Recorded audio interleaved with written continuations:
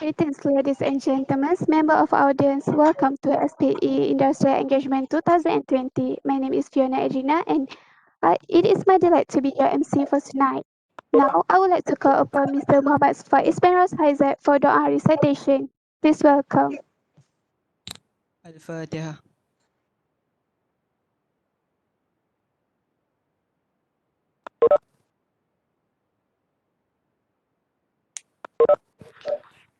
Bismillahirrahmanirrahim. Alhamdulillahi Rabbil Alamin. Wassalatu wassalamu ala ashrafil anbiya wal mursalin wa ala alihi wa sahbihi ajma'in. Allahumma innaka khalaqul azim, innaka sami'un alim, innaka ghafurur rahim, innaka rabbul arshil azim, innaka al-barrul jawadul karim. In the name of Allah, the entirely merciful, the especially merciful, all praise is due to Allah, Lord of the worlds, the entirely merciful, the especially merciful, sovereign of the day of recompense. It is you we worship and we ask for help. Guide us to the straight path, the path of those upon whom you have bestowed favor, not of those who have evoked your anger or of those who are astray. Ya Allah, with your mercy and protection, we are able to gather here at this event, SPE Industrial Engagement by SPE-UTM Student Chapter.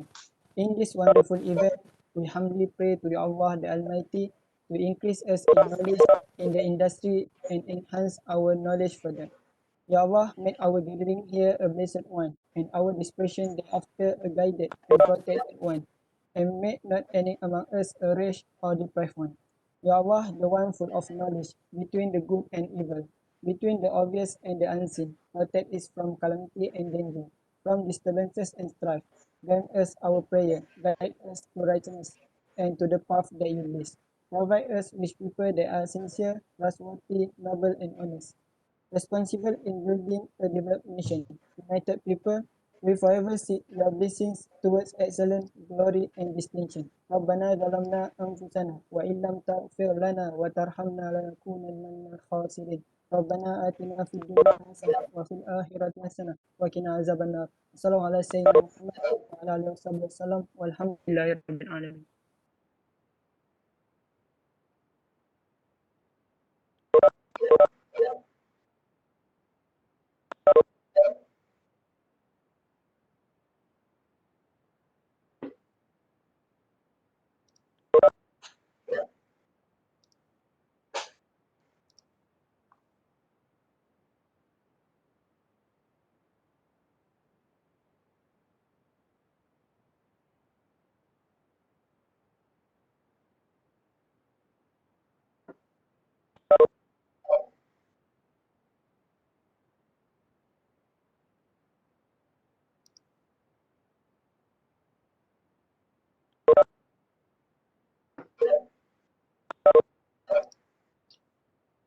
So thank you for Mr. Faiz for the Dua recitation. Next, we will have Mr. Nabil, the Vice President of SPE, to give an opening speech. Right, you can hear my voice, right?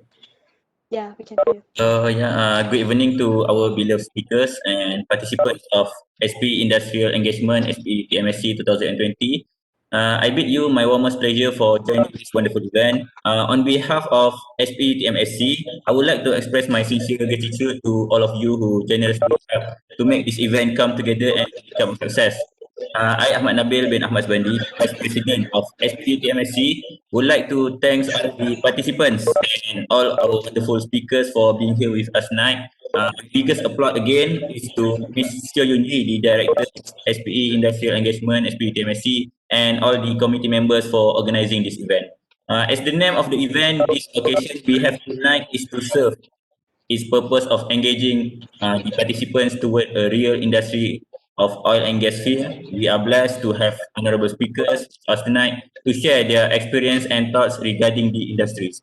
Holding the core values of SPE-UTM-SC itself, we aim to enrich professionalism and competency in our community. Thus, I believe this is the best opportunity to gain knowledge and move one step ahead towards the goals. I, as the Vice President of SPE-UTM-SC, genuinely hope that you guys will enjoy the event tonight, and thank you for your participation. Thank you, Mr. Nabil, for the opening message. To kick off this program, I am pleased to have Ms. Seo Yun Hee, the director for this event, to deliver her speech. Please welcome. Good evening to the beloved speakers, all the participants today. It is my pleasure to have all of you being here with us tonight. I would like to express my gratitude to all the speakers, my fellow committees, and all the participants, especially those from other universities such as UITM, UTP, and etc., for spending your precious time together with us. We, SPE-UTM Student Chapter, welcome all of you. And most importantly, I would like to thank my fellow committees and Dr. Akmal and also Dr. Sharul for making this event a success. This event aims to provide information and exposure to the participants and cultivate the essential skills required in the oil and gas industry. We also hope that we can provide motivation and suggestion to the participants to familiarize themselves with the ever-changing landscape of the industry. I hope the event tonight will be beneficial to all of the participants and go smoothly. We truly appreciate all of you for spending time with us and hope everyone enjoyed this event. Thank you, and let's start the show. Thank you, Ms. Yun Hee. Lastly, before we proceed, I would like to introduce our moderator that will conduct this forum for today is Dr. Sharul Nizam Hassan. Dr. Sharul is one of the lecturers in UTM, graduated with bachelor degree of petroleum engineering in UTM. He also obtained his master in petroleum geoscience from University of Manchester in the year of 2020. Dr. Sharul have obtained his PhD in chemical engineering from the same university, which is University of Manchester. His research expertise is in flow dynamics and solid transport for application of enhanced oil recovery, while his research methodology is imaging processing and modeling. Thank you, Dr. Sharul, for joining us. Moving on, it's now time for me to introduce our honorable speakers for tonight. Welcome to the first speaker, Ms. Seo Shu-en. Ms. Seo Shu-en is currently a reservoir engineer of Sarawak Shell Berhad. She is a chemical or petroleum engineer by training. Her exposure to the oil and gas industry started via a training program where she was trained as a process and operation engineer. This opportunity has enabled her hands-on experience. After this training program, Ms. Shu-en decided to pursue her interest in the industry as a reservoir engineer. Until now, she has been in oil and gas field for about 4 years. 2 years as the process and operation engineer and remaining 2 years as a reservoir engineer. For the next speaker, welcome to Mr. Kartikeya Sunadaraja. Mr. Kartikeya worked in Schlumberger, Colombia for the past 2 years as a well production field engineer. He has engaged in designing, execution, and evaluation of hydraulic fracturing, matrix stimulation, and gravel pack operation. Graduated with bachelor degree of petroleum engineering from UTM. Mr. Kartikeya had also been honored as recipient of the Board of Engineers Malaysia Excellent Academic Award in 2018 in conjunction of 61st UTM convocation. Last but not least, Well, welcome to Mr. Muhammad As-Siddiq bin Ahnab. Mr. Muhammad As-Siddiq is the co-founder of Mas Energy. Mas Energy was established in August 2018 primarily to provide special production enhancement services to all operators and services companies in the Asia Pacific region. Mr. Muhammad As-Siddiq has strong background in managing several departments such as technical, marketing strategy, and business development. He is a graduate from UTM with bachelor degree in petroleum engineering. He has worked in oil and gas industry for 9 years and hold various positions. So let's start the forum, shall we? The first topic of our forum is empowering engineers' mindset and vision to monopolize the future oil and gas industry. Now I am pleased to welcome Dr. Carol to conduct this forum. Please welcome. Right. So thank you so much. So you guys can hear me, right? Yes. Yeah. Good. Yeah, sure. Right. So first of all, I would like to welcome all the speakers for today. On behalf of UTM, I would say thank you so much for attending the session today. Right. So as the master of ceremony mentioned just now, the first topic that we are going to, which means I would say like more like a discussion, empowering engineers' mindset and vision to be competitive in future oil and gas industry. So the first thing that I would say that we as a UTM would like to ask the speaker about, you know, that most of the student will be a fresh grad. So how do the student will be much more effective in marketing themselves? So we are talking about how can they market themselves as a fresh grad, as a fresh grad. So this is like a open question that any of the speaker might interested to answer such question.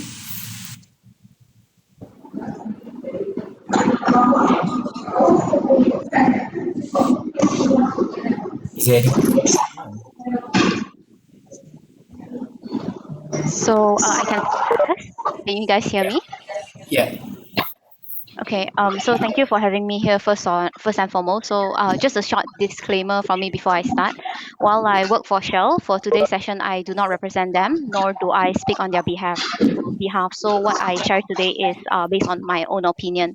So as per doctor's question of how does the fresh graduate market themselves, so I think a very easily to see scenario is, let's say there's 20 bubble tea shop and then you have to choose uh, one to drink for the next 5 years. So that there's something about the shop that you choose, because it stands out from the others.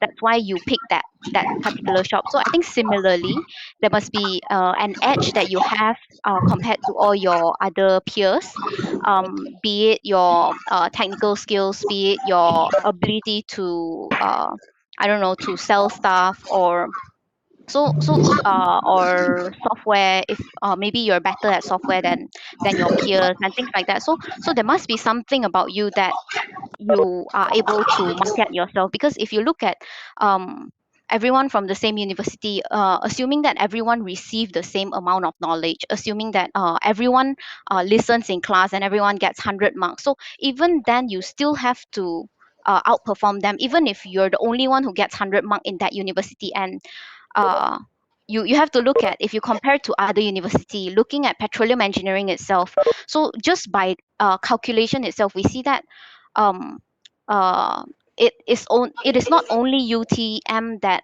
provides petroleum engineering. So if we look at just Malaysia itself, we see UTP, we see Harold Ward, we see Curtin. So um, just by multiplication, if let's say there are 50 students in each batch, so you already have 200 students trying to fight for the limited amount of jobs. So how can you stand out from them? Obviously, if you just depend on whatever that is taught in university, that is not enough. So you definitely have to be better. So you have to find ways to improve yourself. You have to put in that effort yourself. You cannot expect it to be given to you. You cannot expect not to do anything and just be the same as everyone else, and yet you still excel above everyone else. That is not possible. That is something, unless, even if you're a genius, it also takes a lot of work, a lot of effort from your side. Yeah. So either you learn about a software, you know software more than your peers, that when company hire you, they say, okay, if I hire this person, then I'll have to provide less training to him, I'll have to supervise him less because he'll be able to do the work, or maybe your technical skill is better, so you are able to comprehend and captures idea a lot faster. Yeah, so there has to be a distinct point about you. So what is your selling point? I think that will depend on the person itself and what the person is strong at, what the person likes to pursue. So thank you so much, Miss Suan. So is there anyone else wanted to add more? Yeah. I have something that can add on from the Swan, because I agree with the Swan mentioned, you need to show yourself. So it means that, as a simple words, that you have to branding yourself compared to others. It means that you have to put your reputation, and you have to know how to drive yourself in the next 5 year future. Because of the end of the day, if you know what you want to be in the next 5 year, or you want what you want to be in the next 5 year, definitely you know how to place yourself. It's a simple words. You know how to drive yourself. If you know how to drive yourself, believe me, wherever you go, you have a good planning, and then you will execute your planning with the proper with the proper way, or with the proper planning. That, I think that's the point that I can add from this one. So thank you so much. So the third speaker, do you wanted to add something else on top of what? Yeah, sure. Yeah. Yeah, I've agreed with the other two speakers. So when you talk about marketing yourself, is basically about personal branding. As what you all know, is personal branding is like, it's not like we go and give CV to a recruiter or what.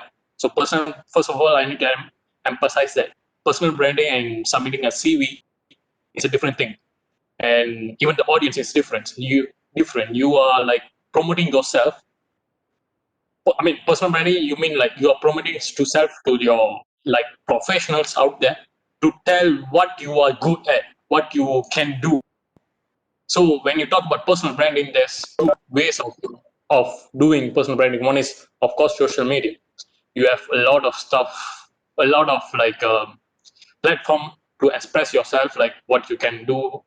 For example, LinkedIn, you can open your own website or blog. You can talk about yourself. Basically, it's like telling your story to others, you know. And the second thing is like interaction with personal, you know. Is public relation is only is not enough for us when it's come to personal branding. So how you can interact with personal, how you can manage to do a personal interaction is based on, you learn something, you don't know something, you ask to the expertise. That's the way, easier way for you to get interact with the professionals, to the expertise that out there in the market. Right, so thank you so much, Mr. Kati sorry, Kati Gisu. No, it's okay. Yeah. All right. So the point to see, like, I would say, like a brief summary. The keyword that all speakers that mentioned just now. So basically, that all you guys, young bright engineer, that the first keyword that you need to find out is like special something.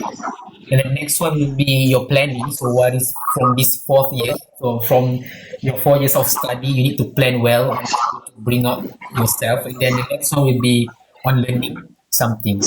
Right. So I have this. So we move to the second question, which is, I would say that this is very much what most of the audience would like to do now, is because of, you understand that the oil and gas industry right now are heading towards water as an instant.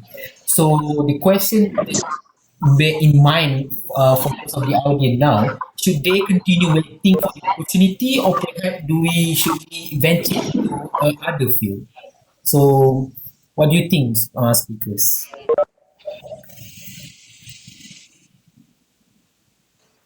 Can I answer that question? Yeah, sure. Go ahead, Okay. Mr.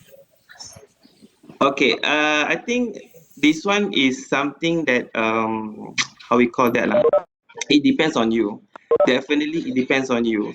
If you looking on the money, yeah, I think most of probably even yesterday I joined the engagement with Faiz, Anas and Malia, and then most of the people when they ask them and when they ask a new fresh grade engineer what you are looking, definitely is the money number one.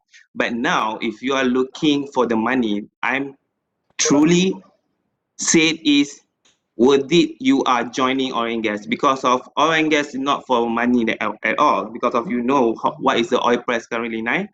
If you are looking really about the money, you can be a YouTuber or maybe you can be a scammer, then you can get a lot of money. But at the end of the day, if you look on the passion, if you look on your interest, so I believe you will stay and then you will find and secure your job in oil and gas. So for me, either you want to maintain and waiting in oil and gas or venture to other field, it depends on you, because as I mentioned, you drive yourself. It's not other people that drive yourself. If you looking for the money, then forget about this industry. To be honest, it is not the place that you can make a lot of money anymore. The glorious day is a past already. But in the future, I'm not really sure. But current situation is not. There's others field, there's others better that can make a lot of money. So if you're looking for your interest, your passion, yes. But however, you need to understand what interest that you are looking for. Is it reservoir? Is it drilling, production, economies, service, upstream, downstream? It depends on you. Because if you already set your path in the next 5 years, you already know what you want to be and you will know what you are in the next 5 years. So it depends on you. You want to stay, for sure you can. If you don't want to stay, it depends, and you want to venture to other field, it is right now you want to change. Don't waste your time until after 2 to 3 years and then you wanted to say that you want to change another field. So for me it's a bit wasting your time. So you just focus what you want to be, inshallah. As Faisal mentioned Faiz mentioned yesterday, we had the 300 companies under the services, and you have a 22 operator that operate oil and gas. So the opportunity is there, but it depends on you how you drive yourself. That's the point from me. Then what I can say as a short or summary opinion. Right. So thank you, Mr. Siddiq. So basically, to summarize, is like you are depending on yourself. You driven to each. Yes, it really really depends on you how you want to drive yourself. Believe Yes. me, you can ask you can ask Katisu, or else I believe in this chat room there's others people from the industry join and looking for our or joining for our from our discussion. I believe it's all about yours. Driver, what drive you in the future. Yes. Correct. Correct. I do agree. 100% totally agree with you, Mr. Siddiq. So the other two speaker, do you like to add more to that discussion? Yeah, I like to add, Yeah. and I like to share with you one thing. Yeah. Sure. You are very much welcome. So yeah, so when you talk about staying in oil and gas or changing to other fields, it's like I said, it's totally up to you, right? It's your decision. It's a personal decision. But what if you are going to wait at this point of time? What you are going to do during the waiting period? Are you just waiting and just sitting at home doing nothing, or trying for applying jobs, keep on applying, we keep on rejection and everything? It's totally up to you, no? But what we can do while waiting for this, while in this period of waiting, there's a lot of, like, for example, private courses, like session, like certification you can do. For instance, if you research a little bit more on the chemical side. There's like you have safety officers, you have a SSM work, you have a surveyor job courses that you can take, which this might to help you to redirect or to rethink in future. Not now. You can wait if you people are decided to wait, but this will help you to choose a path if it's not going to happen. If this is not meant for you in 1 or 2 years, at least you have something. No, so this is like my suggestion for recent graduate or for the 4th years. And the first years and second years, what they can do is like taking additional courses in university itself. Like you can go for do a process control engineer. Process control. You can take a process control course. No, it's like 1 semester course, and it's pretty much sure it's in the same faculty. You can do. It's not that hard to take, and this will create more opportunity for you when you are out in the industry. And other than this, you can enhance your soft skill. There's a lot of platform for you to do this, like LinkedIn Learning, Udemy. You can even learn a new language. Like for myself, I was based in a country where they never use English, to be honest. No, so that period is really hard for me, and I learned a new language that really helped me a lot. And yeah, I suggest that learning a new language is something that you can do while waiting for an opportunity. And other than this, like apart from waiting, what you can do is like approach for other industry. Try to look into other industry. There's a lot of renewable industry out there coming up, and even like people out there, if you don't know, like petroleum engineers are much more related to a marine side. You can go for marine surveyor, something like that, but you need an additional certification now. And when it comes talk about these courses and everything, people are seldom frequently ask, is it free?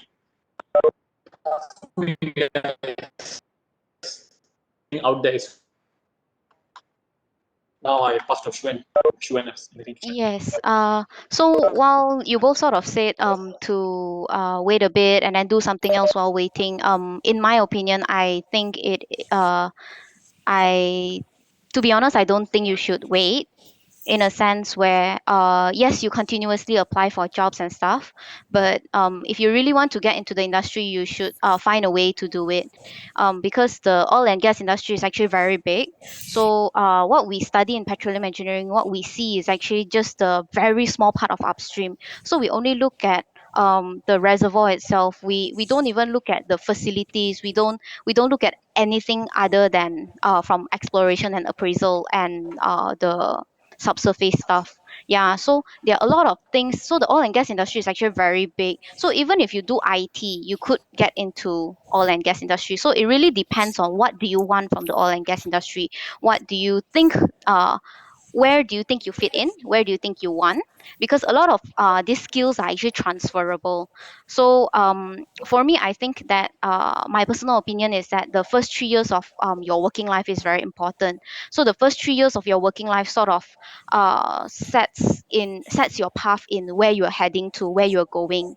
So I think if you try to change, if you do something else for 5 years and then you're suddenly thinking, I think I should go back into petroleum engineering, I think that is sort of too late, because why would a company hire you 5 years with no experience in anything related compared to a fresh graduate? So for me, the 3 year is a cut off. 3 year is where you should say, okay, I'm not going to go into it at all. Yeah. So for me, it's while you look for other jobs and stuff, you also look at what do you want from the oil and gas industry, how do you want to get in, and from there you apply for jobs, you get to know different companies and stuff like that. Yeah, so because what we see in the oil and gas industry is very small. It's actually a very, very big industry, so it goes all the way to supply chain, trading, and all these sort of things. Yeah.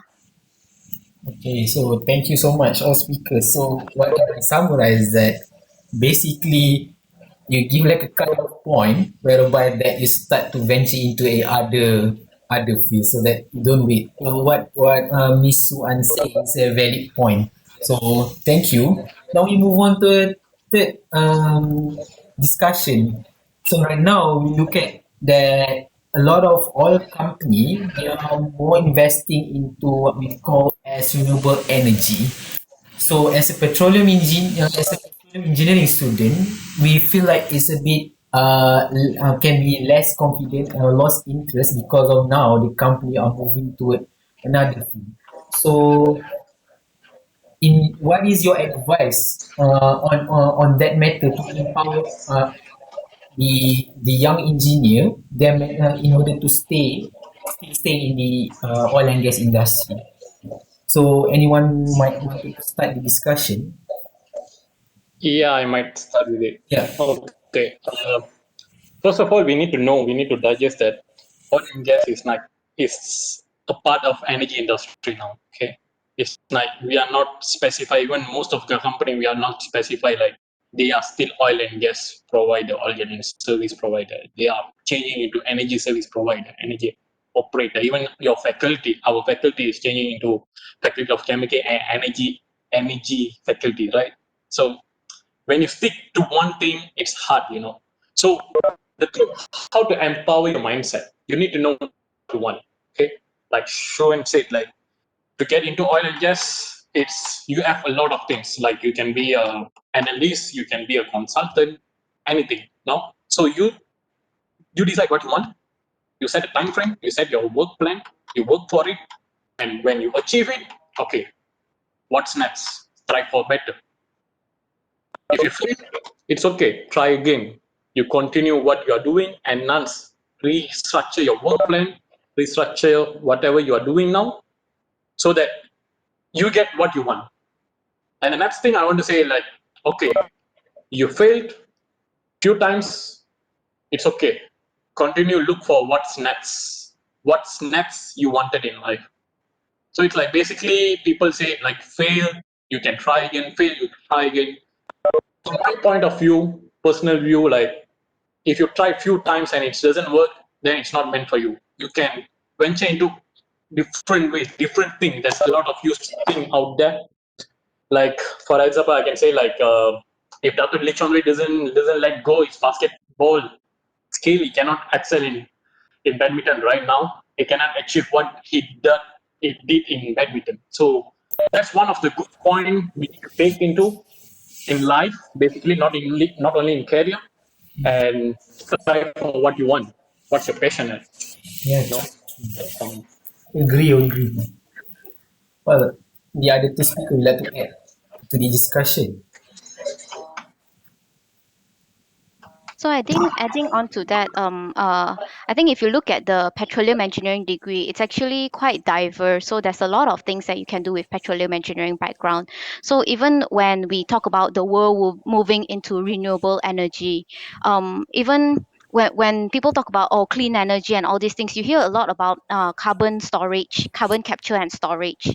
So does that not relate into reservoir engineer? Does that not mean that they would have to find a subsurface structure somewhere to inject the carbon into?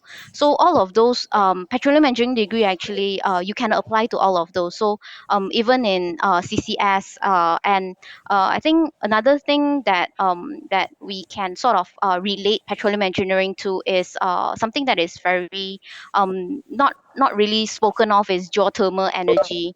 So we look at how people harness the energy from the core of the earth. So to be able to harness that energy, you actually need to drill wells so that they will be able to produce the hot steam or hot water out from the reservoir. So and then using heat transfer and everything and then inject back. So all of this you still need the whole subsurface team, and you do need a well engineer, you still need a drilling engineer as well. Yeah, so all of this is where the petroleum engineering, or where we fit in moving towards the renewable or the cleaner energy world. So what I'm saying is not saying that oil and gas industry is the way to go or it is not the way to go. So I'm just saying I'm just pointing out that petroleum engineering, you can actually do quite a number of things. Yeah, so even though it's not really thought of, or people don't really talk about it because of where we are, Malaysia, but there is that opportunity there. Okay. Right, thank you. Well, that was a very good point. The significant. Yeah, that is, it's actually interconnected. Thank you. That was a very good point. So, Mr. Siddiq, you like to add something to the discussion?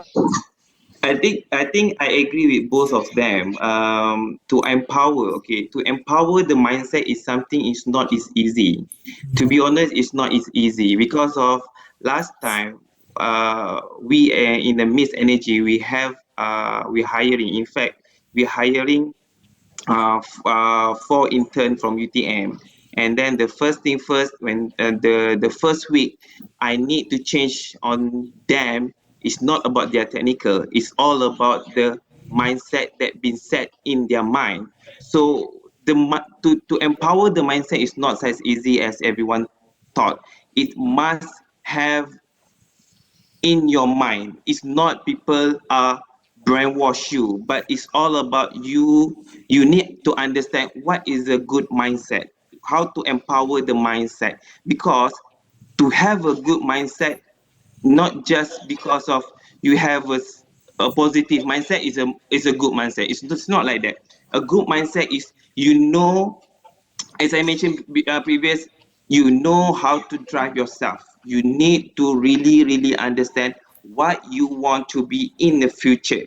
It's okay. If you really want to say you want really want to join oil and gas, you need to understand what is the position that you are really want to into the oil and gas. It's not just because of, oh, I want to join because of big car, big money, big house, big position, blah blah blah. That's a conventional mindset. But when you enter to the oil and gas, you need to have a mindset what the contribution you want to give. What happened if I during the climb the wall I fell? How to overcome that? How I want to sustain in this industry? So those kind of mindset you need to apply in your mind. You cannot say that ah all the work is same. Yes, truly. You go to the pharmaceutical, you go to the medical, you go to the manufacturing, you go to the oil and gas. All those areas have need to have a different mindset. So in oil and gas, they are really tough. They are totally this kind of issue, this kind of pandemic, COVID things. So the impact is not on the oil and gas, it's the impact to the global, the impact to the economy of the global economy. So you need to understand how to have a good mindset. You have to prepare yourself how to battle with the real war.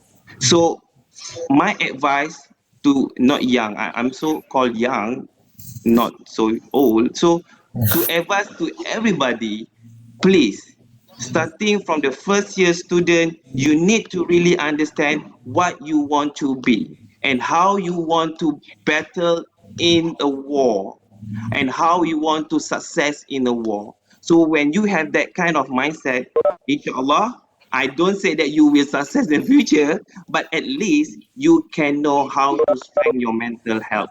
That's the point that I can, because of, yeah, when talking about the renewable energy, not in Malaysia lah. You forget about that. You forget about the renewable energy, because I don't say that there's no renewable energy, but you have to understand that about 30 to 40% all our economic, Malaysia economic, been supported by our national oil company. That's why there's still a market oil and gas. You have to remember there's still a market oil and gas. Just you need to brush up your mindset and keep keep positive and keep patient in oil and gas. That's all.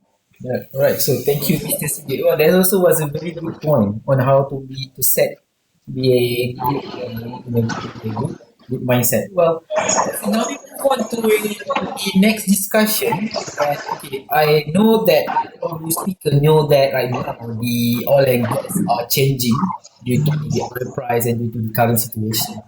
So, what does the company or the organization are doing to for the engineer fresh grad to become part of the workforce, and also how can that be contribute back to the society? I think this might be for Mr. Mazli. So Yeah. Sorry, it yeah. means that Yeah. I'm not pretty sure with your question. I just want to rephrase your question. I just want to ask again your question. So Yeah. it means that what company should give No. to the fresh grad so that they can be a one of the workforce and give a contribution to the society. Am I right?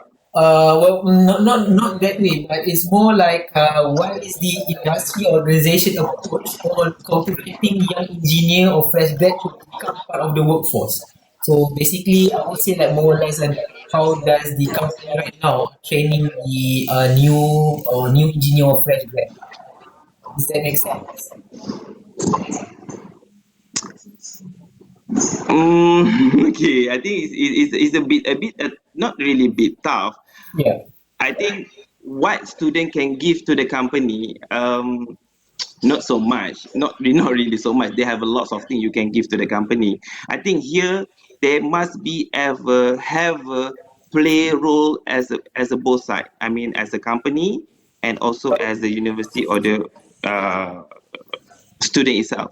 So to become a part of the workforce and contribute to the society, the student need to understand and need to know what they can give to the company first before the company asks you what you want to give. So you need to. That's why I told you when you come to the first year level for first year student, you need to understand what you want to be, because when you know what you want to be, then you know what you can contribute to the society. Am I right? If you don't know what you want to be, then how you want to contribute to the society? Then forget about that. Never question what company can give to us. You should tell us what student need to give to the company or need to give to the society, because the end of the day, even though I have a big company, what the purpose I built the big company? Is it want to be rich? Is it want to be I want to paint chain at the early stage? What I want to be? The end of the day, I want to give something to the society, right? So this same goes to the young student or young or fresh graduate. When you enter to the reality world, you need to understand what the contribution that you want to share to the society. Right. You cannot ask people how you want to give, what you want to give, but you need to ask yourself what you want to give. Yeah, you're right. Okay? Yeah, totally agree with you. So basically, like in other words, I would say that you need to set up your objective on what you want to do. Yeah, you're right. Exactly. Yes, you need to set your own objective. You need to set what is the objective or what the purpose you are in the industry. If you don't have any purpose, forget about that. Don't waste my time. Don't waste Katisu or Siwan to educate you. We don't have a time to do that. Am I right, Katisu? Am I right, Suan? Do you Yeah, you you're have a time to educate the people in the office? Bullshit. No time. Okay? So you need to know what your objective. That's all. That's a simple life. If you don't have objective in your life, okay? yeah, you're right. Yeah.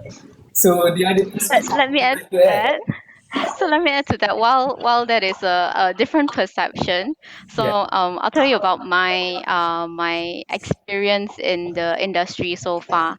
So so when I joined the Prodigy training program, what happened was they gave us 6 months of in-class training. So they taught us everything from upstream all the way to the whole processing facility. So every single thing.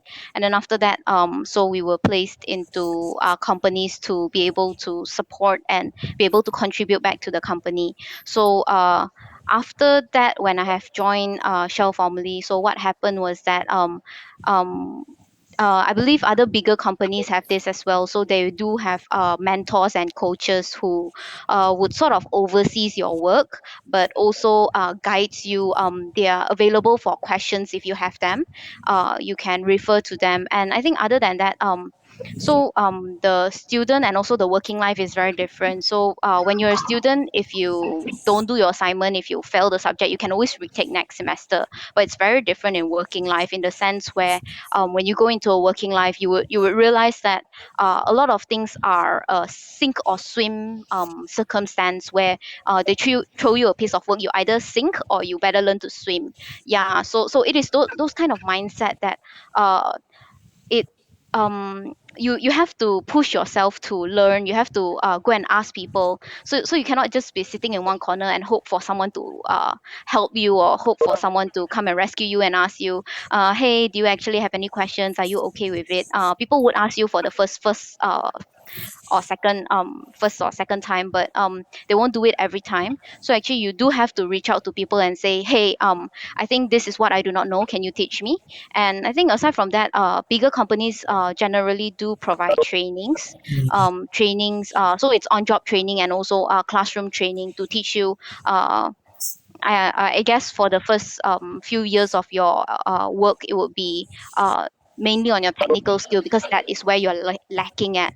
But as you progress in your career, it's a very different thing that you would one day become a manager or a lead, where the things that you would need is very different. So they would give you they would expose you to different roles and different courses or trainings that would enable you to perform in that role. So I agree, and I believe that if you do not help the person who you recruited also, then you're actually setting the person up for failure. So why would you want to hire someone and set that person up for failure?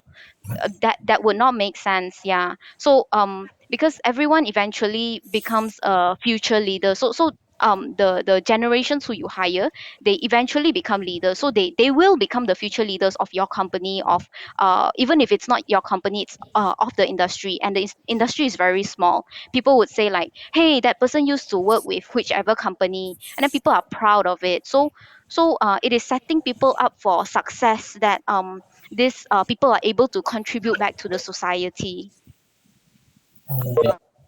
Thank you, Ms. Suan. So apparently now we have like two different mindsets. So one says self-training, the other one says that training is good by the Actually, company. actually, it's not self-training. Oh, okay, Actually, right. So my bad. point of Suan is true. But Suan, I can question you again. Before you hiring people, what you do? You interview people, right? Yeah, So from okay. the interview people, what you are looking, you must looking for the objective people. That's what I mentioned. If you want to enter the industry, you need to know your objective, because the interview, the Oh, do we lost connection or I think we lost connection? See, Yeah, I guess. are you still I there? guess so. one of them can go Okay. up to 30 times, 40 times, or less than that. But if you know the real interview meaning, then you know where you can put, or you know where to place yourself, and definitely value yourself. That's all. Right, so basically we have two different approach now. So Mr. Katigasu, where are your approach? So will you be on this or you have your So own it's like, opinion? I would like if you have your own opinion. so what I'm going to say is like, what you're going to first you need to learn, you know. Yeah. So in whichever industry it is, I don't want to be like as harsh as Mr. Siri. You, like Shuan said, you got the opportunity to learn from people. Not not all, like, not everyone is cruel, you know. Even myself, when I was really far away, even they don't speak what I speak, my language. There's still some people, even they don't understand what you are trying to explain. They will try to teach you, like, they will try to guide you, you know. But what Mr. Azam mean, I guess, is don't expect repetition. When someone teach time, learn as much as you can, and please next time move, like, try to get like try to like get out of yourself what you can do the next time, so that you can you don't be dependent on others. Okay, that's what you learn. And when it comes to give to your society, give to to the organization, it's like basically, like Suman said, your leadership skill and everything. Like a company hire you, and a company, like, trust me, a company give you a technical training just for 3 months, just for 6 months. You go for technical work as a field engineer. You will do a repeated thing after, for me, like after one year, you will do the repeated stuff. The next part is your leadership skills. the company will teach you financial things, how you direct, how you lead your team and everything. So that's actually what comes into the contribution to the society. You learn and you try to give all the leadership skills, even for like you share everything what you learn in the industry and so on. So I try to say, don't get demotivated if people say there's nothing, no one there for you to teach you. Trust me, there's a little people like really will teach you, but don't Yeah. like too much dependent on them. Yeah, true. Actually, I agree with you, both of you. Okay. Alright. Okay, so currently the discussion, well, it's interesting that everybody has his own mind. Okay, it's fine. It's okay. It's a discussion. Right, so the organizer, do we still have time for the first part? Because I have another last question. We still have time before Q&A? Yeah, actually you can continue. Oh, okay. Alright, so this is the right. So we go to the final part before we end the first part. Right. So right now clearly that we are entering this more data world whereby that we have vast data set then which enable us to do something what we call as machine learning, which is part of artificial intelligence. So in which field can we explore as a fresh grad or engineer regarding the technological trend right now about this machine learning in innovation and what software integration in oil and gas. So basically that which field we can explore as a fresh grad or engineer regarding the technology trend, innovation and software integration with regard to this machine learning in oil and gas. Anyone would like to start?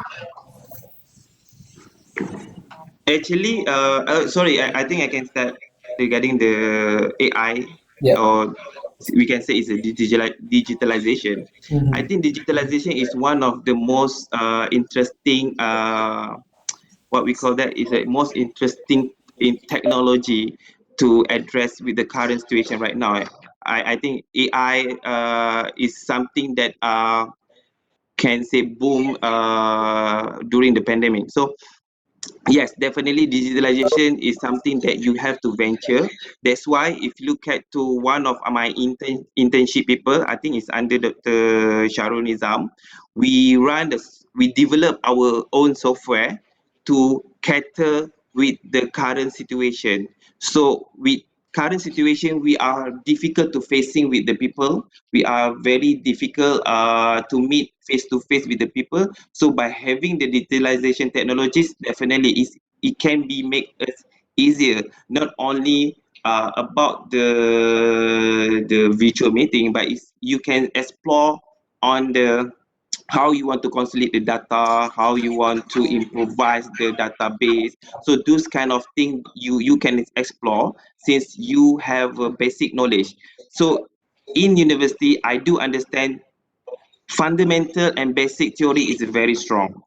However, the most important that you have to give a little bit extra is about the programming. Am I right? About the software thing. So you have to enhance the software things in the university. I think that software thing we can talk with the other things, but software is something that you have to develop and you have to invest. That's why in my company we are more focusing on the digitalization technology.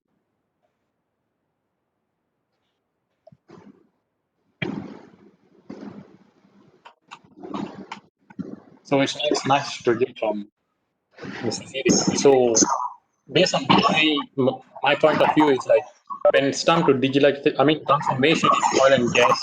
Digital transformation. There's few things. First, yeah, as you said, the AI technology and automation.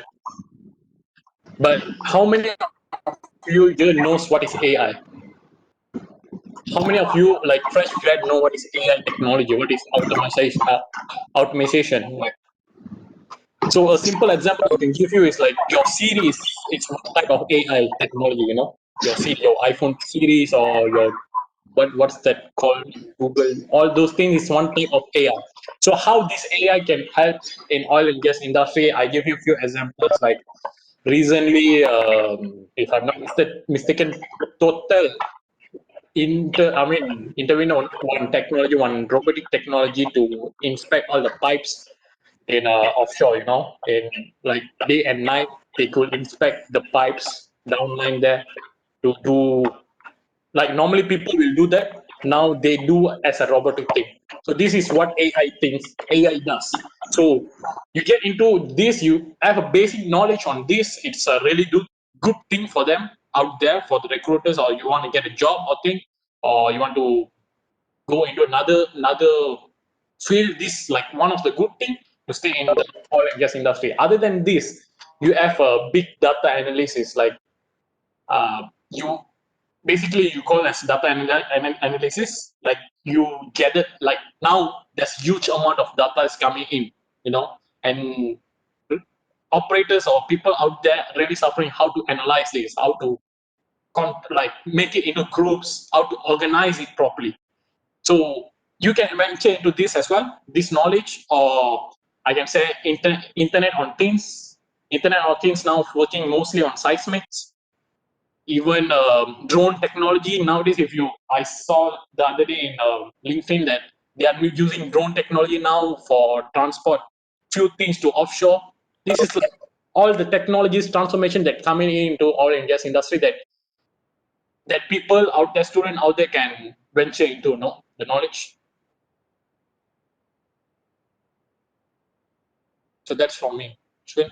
Yeah, so I think adding on to that, I think so I'm not very familiar with all the things that you said. I don't work with the things that you have mentioned, so it's a bit foreign to me.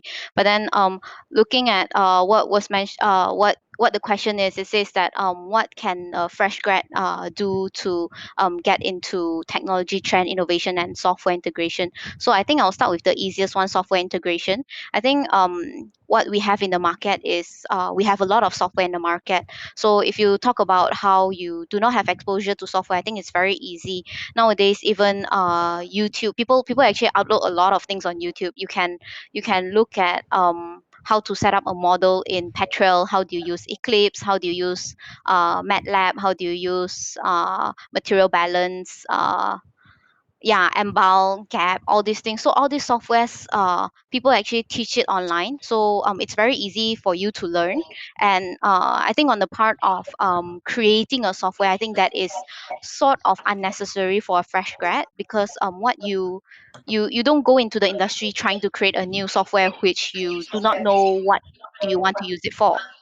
So people who create software people are they are experienced, so they know what they're looking for, they know what the current software is lacking, so then they go and create a software. So I think that part is the software integration. So innovation, that one I am not very familiar, because I believe innovations are more on technology innovations, like the improving of drilling bit or logging tools, those sort of things, which I do not work with them, so I'm not familiar, but I do know that those are always improving. So you can always, your resistivity tool is being able to see much deeper into the reservoir, much clearer with more accuracy, those kind of things. Yeah, so those things I'm not very familiar with. I think about technology trend, I think something that is very easy and I see it on the rise is Python scripting. So a lot of people are learning Python scripting because it enables them to do things. You're able to code and ask the Python to do something for you. So I think very similar one would be like Excel VBA.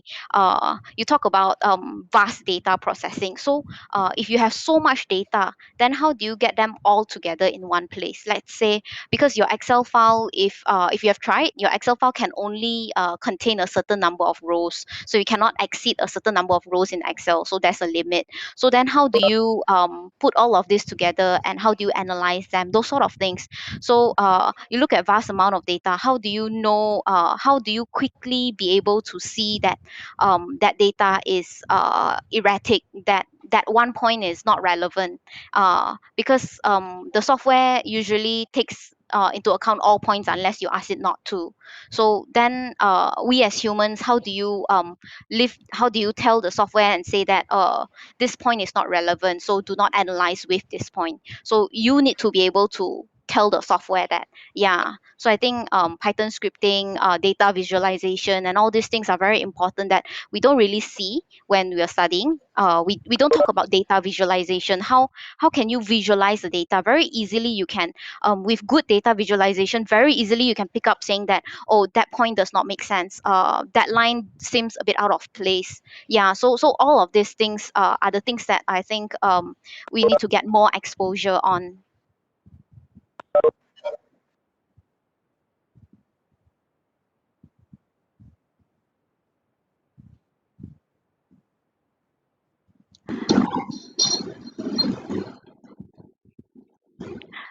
Dr. Sharul Nizam, I think you're on mute. Yeah, my bad. All right. So thank you so much for your opinion on this machine learning. So I think we are now on the Q&A session. I think there is some student here. I think her name is Sarah Afendi. She asked how you see marginal fee in 10 years. Anyone would like to add to that discussion?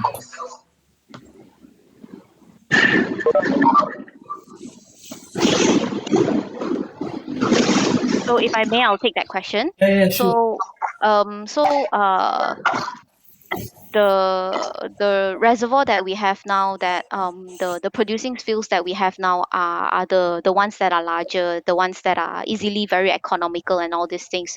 So then it challenges, the marginal field actually challenges us on how do we produce from these fields, either by different technology. How do we either increase their recovery to be able to produce more to make it economical, or how do we, via surface facility, via different technologies, how do we connect them to other platform nearby and things like that, that will enable us to produce from these fields. Yeah, so I think because of the amount of because of the reservoirs that are smaller compared to previous, or the discoveries that previously have been made, and then we are unable to develop them because of economic or technical consideration, and then so that challenges us in the technology and the thinking space, how we can do to make it economical.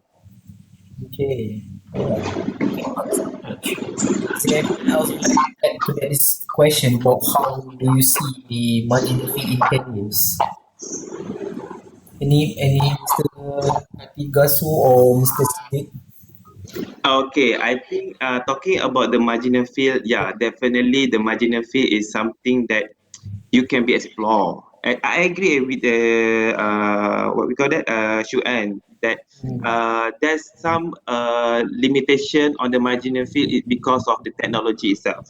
So now, since you are really wanted to go into the battlefield, so my advice is for those are wanted to graduate, you have to look on the technology can optimize the cost definitely, and the second one can alive back the vaginal field, and at the same time that increase the recovery factor of the reservoir itself. So those elements or those parameter the young engineers need to look and then need to understand that the small marginal field or the marginal field itself, there's the potential to produce, but what the limitation on that is the economic, right, Xuan? So you look on economic is not sustained to produce. So what we can see is we have to optimize the cost.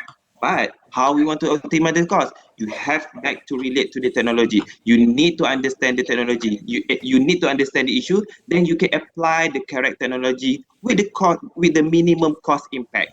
So then you can see the marginal field alive next to not only 10 years, but it probably is a 20 years and so on. So you need to understand when you want to produce some of the reservoir on the marginal field, you need to understand it are related to economic. What the impact to the economic is back to the cost. So you have to understand on that.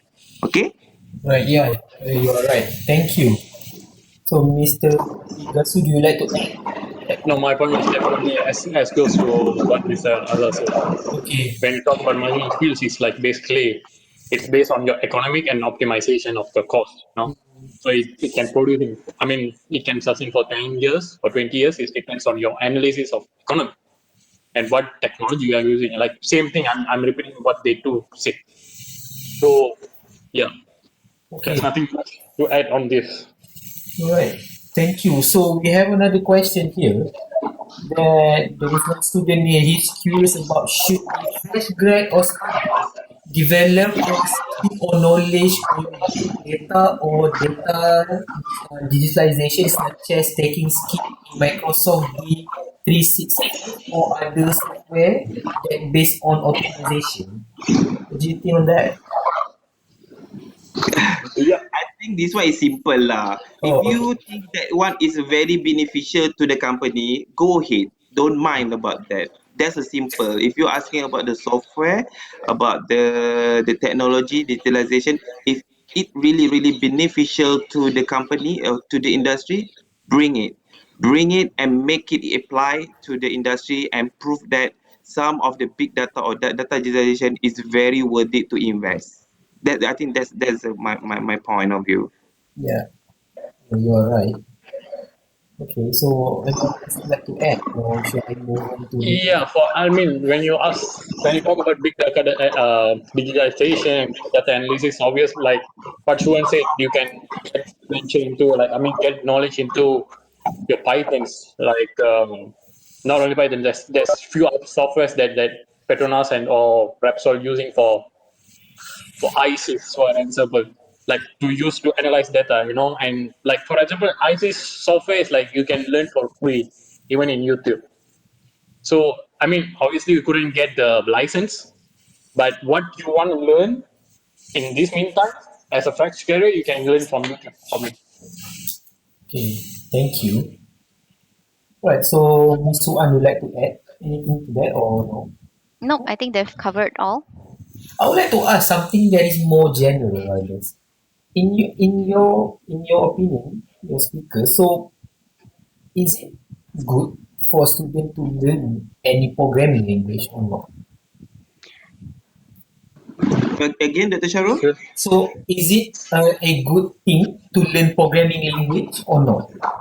My answer is definitely. Okay. My answer is definitely. Why? Mm, Because of I think one of my intern is under you, Dr. Sharon, kan? yeah, Ahmad yeah, Nabil. I think he's the yes, vice president SPE.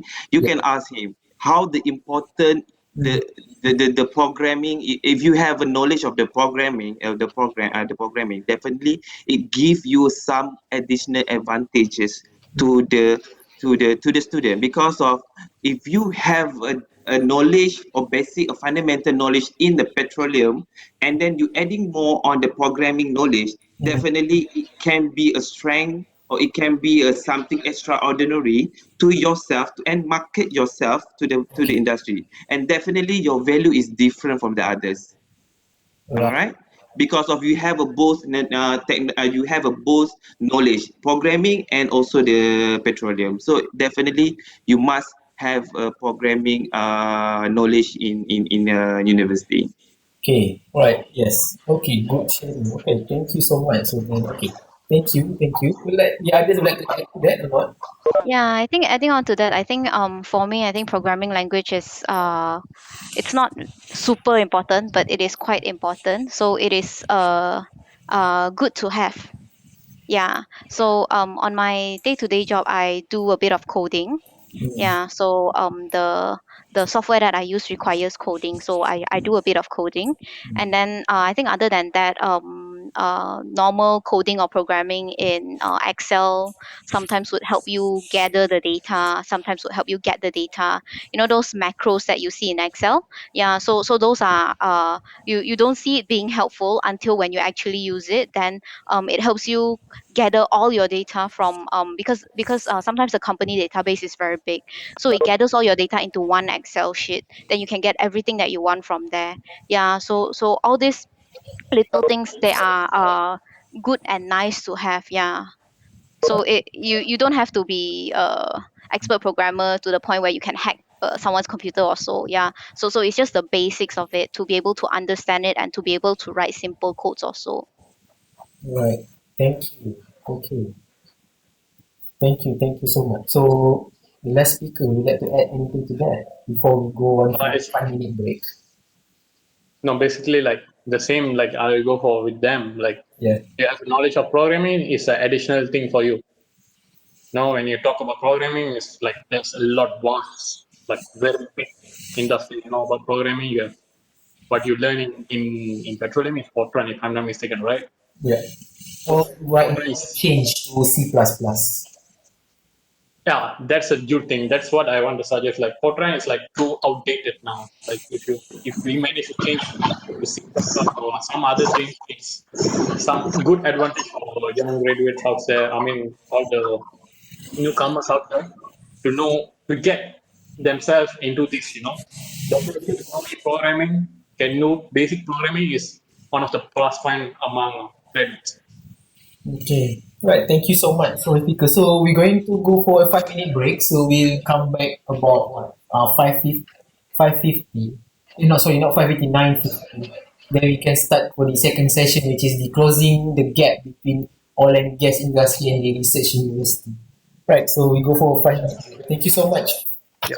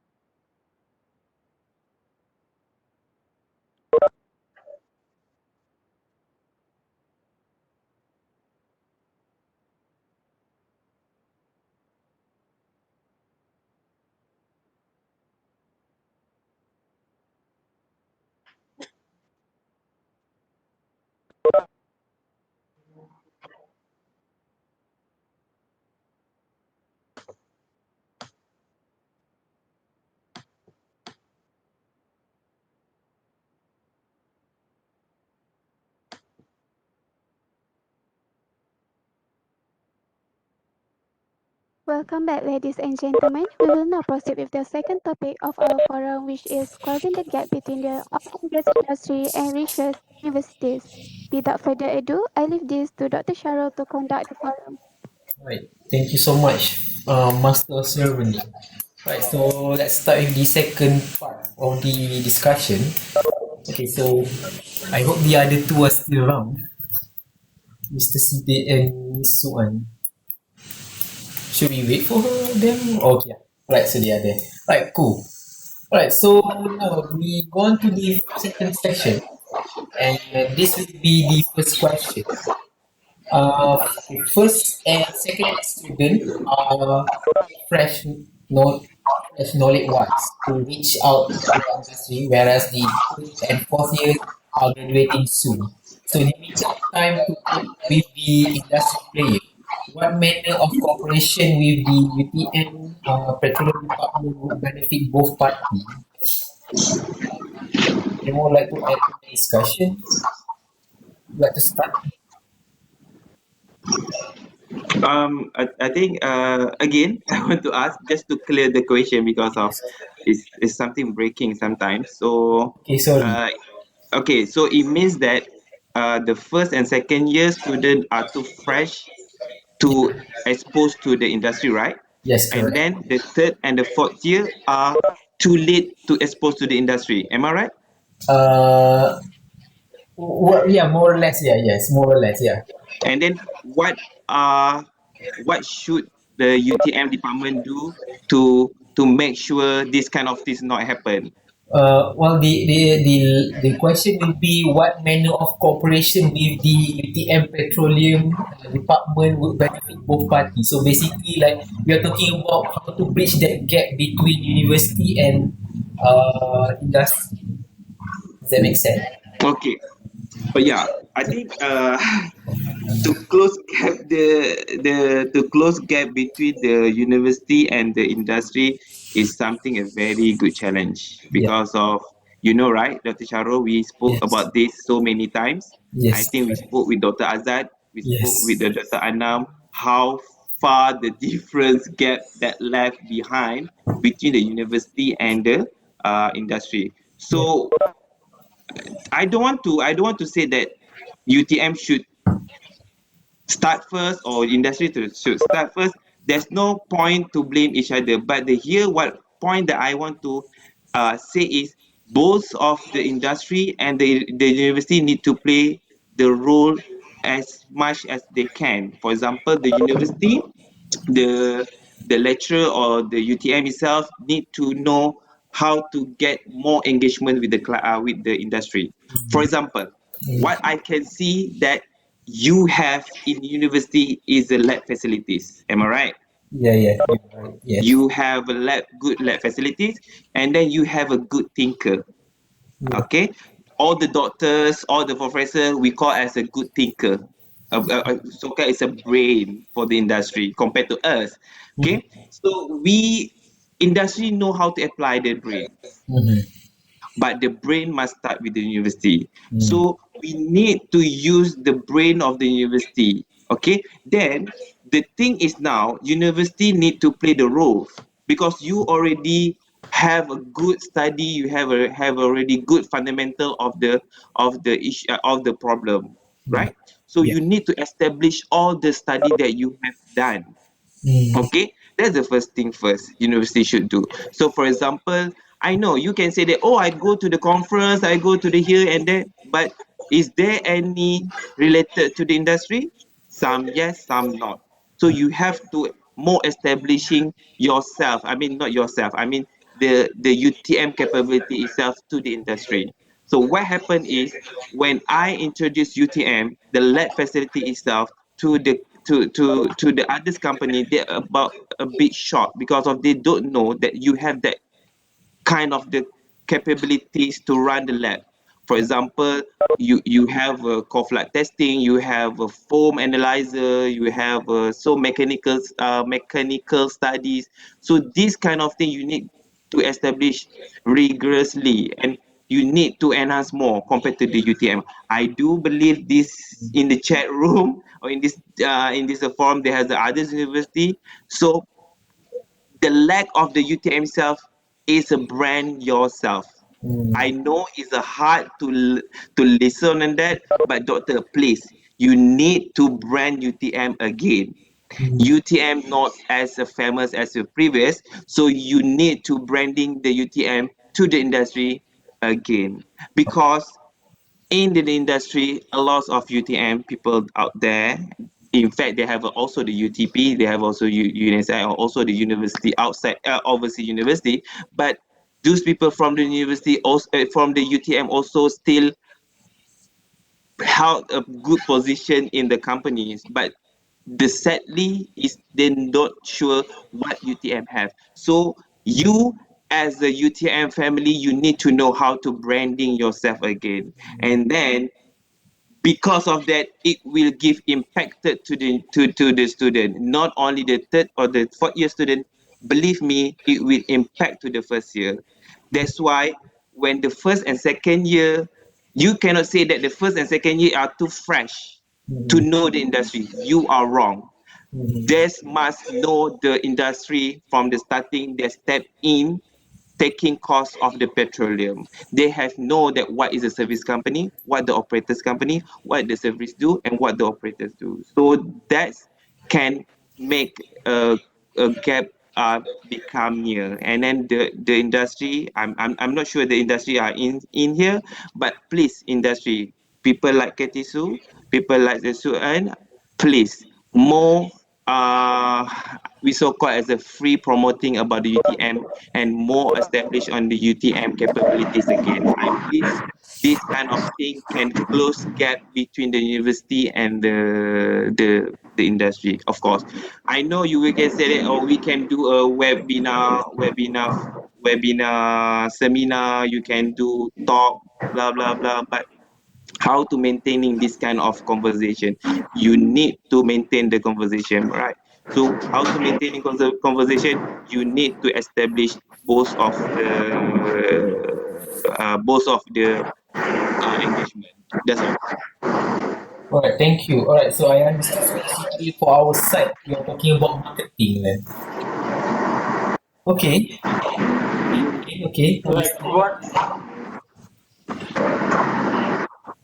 Right, thank you. Mr. Zidane is like Yeah. very good point. Like for me personally, like a recent graduate, I consider myself as a recent graduate. We are lacking of the interaction is because like for example for like we are doing our final year project. It's like for me, we are engaged, we get to know the final year project is more clear what you are going to do, and you would engage with that because it's something hard to look for yourself. Like 6 months, 3 months is not enough for you what you can do with the industry. My point of view is like maybe you can start a bit earlier. At least like even though it's informal, you can start it as informal things like your final year project or your FDP. Third year, like second year itself, or even like second year. For me, like it studying in second year is would be much more relevant, you know. So this is like this way we can easily capture that what we are doing. we can, Mr. Azhar said, with all the facilities we have, we can do a lot of wonders with the industry. And for sure, they will want us to do all this stuff. Like, for example, I get to know that we recently signed an MOU with Reservoir Link, right? So we need to try, like, first we need to know what are their new technology, what are their new venture into the market. Like, for me personally, when I do research on Reservoir Link, they have introduced few fluids, like get into this fluid business, this stimulation began very recently. So they are trying to introduce more fluids, more technology, stimulation technology in the market. So we as a UTM, we can, like, once you sign the MOU, we can like do more research based on their fluids, based on what they have introduced into market. This will benefit both the industry and the students as well. Okay. Thank you. Well, Miss Suan, do you like to add on that? Yes, sorry, I dropped off earlier. So just curious, what topic are we Oh, we're talking talking about? about how to bridge the gap, basically on the cooperation between UTM, Petrol Department, and the industry. So it's saying that the first second year students are too Yeah, fresh too to. Oh, fresh, okay. reach out. Yeah. Yeah, so I think so to be honest, I think that there will always be the gap between university and also the industry Mhm. because of how fast the industry is going. So as technologies goes very fast and it develops very quickly, so there will always be that gap because we are unable to get our hands on the fastest technology in the academia realm. So I believe that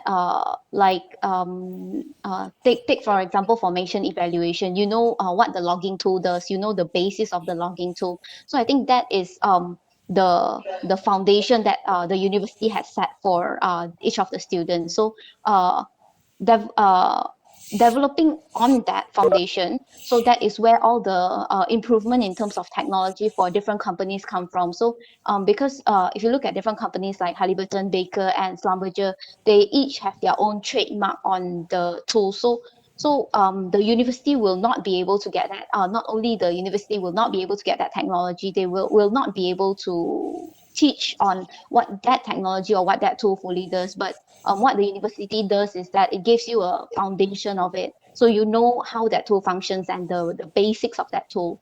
Yeah. So I think that is sort of and hence there is the gap between the university and also the industry. So while the university is able to provide certain opportunities, it is not able to provide all. So, and I don't think the gap will ever be zero. So I don't think there will ever be a point where there's no gap between the university and the industry, unless of course the university is owned by a certain company, then you will see a no gap in there.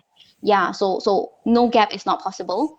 Yeah, so I think that while the university is able to provide so much, the rest, it depends on your individual, what you are keen on. So it depends on your own initiative to reach out to maybe the industry players, maybe the company itself, maybe the people you know, to know more about what's currently happening, what should you be involved in, what should you learn, and how can you stand out among your crowds. Yeah, so I think that depends on the individual, yeah, rather than just waiting for the university to close the gap. And yeah, so I don't think that's possible. Okay. Right. Yeah, I do agree with you. Thank you so much. Right, so moving on to the second discussion. Right. So the second, no, sorry, the second question. Right, so now we're talking about distance. So as you all know, you're from the UTM graduate, and you know that UTM now the location is in Johor Bahru, while most of the oil company are situated in Kuala Lumpur, and also the cities are in Kandungan and some are in Sabah and Sarawak. So how to intrigue industry player to engage with with UTM research university, while we know that the location wise your UTM are far away south. Anyone would like to start in that discussion? I'll start with this. Yeah, yeah, I sure. think yes, Katis will go ahead. Yeah. So, I mean, I personally think like this. this time, this pandemic, taught us like there's no barrier in anything to engage, right? Now everything is online and stuff. So a location, I mean, we couldn't say, we couldn't like tell that a location would be a problem for us to get engaged into industry people. And second thing, we do programs in care, you know.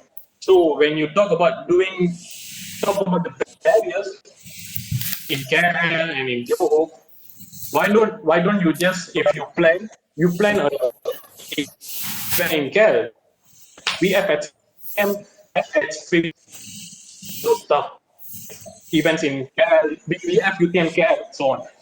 That's the second point. Like, don't think that we cannot do something in KL compared to, I mean, in competitive with other people, other universities. And the third thing is, you have a lot of good players in Johor itself. For example, Cameroon, a Salambali company is in Johor. One subsidiary is in Johor. You know, we can use these industries that you can easily find in Johor to enhance our programs, our events, and so on. Okay, right, understood. So the other two you wanted to add? Yeah, okay. I think I agree with Katigisu. There is no actually the location. The point of the location is it's not a reason for you not to reach to the industry or not to reach to the professional people. Is a totally excuses for me, because of you look on the UTP itself. Where's the UTP itself located? Ceruk tu dekat Perak tu is very far from the industry itself, right? But you look how they engage with the people, how they are engaged with the industry, how they can set up the Halliburton itself there, how they can set up all the parameter that related to industry. So you look on the positive arrangement that been done by UTP. You need to understand and you need to learn what UTP has done, what UTM not doing. So you need to start that. Don't give any excuses on the location, because it's bullshit. It's totally wrong, because the end of the day you cannot blame the distance as a reason you are not cannot reach to the people. You can see how many company. Yes, Katigisu is right. How many company that have in the Johor Bahru itself? There's a Penerang, Petronas, the biggest terminal in the Malaysia. So why you use that a reason? Oh, we cannot reach to the people in the KLCC. There's nobody in the KLCC, by the way. Everybody work from home, so you have to understand that. Bullshit. That's why I say bullshit. So don't use the reason of that the location is something that need to reach out. Seriously, totally wrong. So you Okay. need to focus back. So you need to understand back what the objective of university and how university to encourage the student to reach to the people. That's all. Not giving the excuses the location. Sorry to say, I know I use a lot of the BS word, but I'm so pissed off with this question. So I'm done. Alright. because In because agreement. this question so because for me this question's okay, again, this question so S is a big letter S because of you use the location as a distance and as excuses. That's Okay. all. Wrong. Yeah, you're right. Yeah, so I think in agreement with the earlier two who have voiced out saying that distance is not something that you use as a reason, because you do see UTP collaborating with maybe more than just Petronas itself and other companies as well. So other universities as well. So location and the vicinity to KLCC is not something that stops you from doing. Yeah, so I think the main thing to ask is how have you reached out to the different organizations or different industry players to want a part of the cake? Yeah. So you cannot just sit there and just wait for the part of the cake to fall on your plate and say, oh yeah, I'll eat this part. Yeah. So how have you reached out to them? So how have you connected with them saying that yes, my university is interested in doing this. Can we do this? Who can we reach out to? What can we do? This sort of things. Yeah. So I think as you go into the industry and as you start to work, you realize that a lot of things are self-driven. So what do you want, and so what do you do to get what you want? Yeah. So you have to ask for it. So you can't just sit down there and wait for it to fall on your lap. Yeah. Okay, thank you so much. All right. Yeah, I do agree with you guys. Well, it's just a it's more or less it's like an excuse right now. Okay, yeah, I understood that. Okay, so we move on to the next question. Right. So the SPO UTM now is that we have internship and then we have organizing technical talk from company that have been one of the many ways to shorten up the gap between UTM and the industry. Is there any other way that we can add in order to minimize that gap from internship and organizing technical talk? Would you all like to start?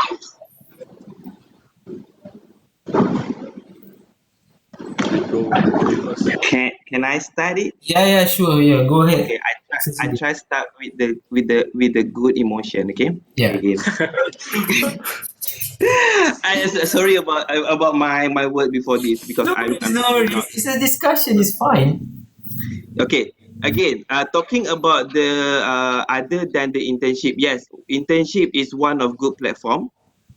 Just because of the duration is not very good, I think you can prolong on the timeline of the internship. Okay, that's why I don't want to touch it more because of it depends on UTM how you want to arrange on the timeline of the duration of the internship. Maybe at least 6 months is okay. 8 months is too long. Don't follow UTP. Just additional about another 3 months and 6 months is okay. Okay. The Right. next is I want to share with you the program that we are currently apply with the UTM. We in a Miss Energy we try to hiring people starting from the third year.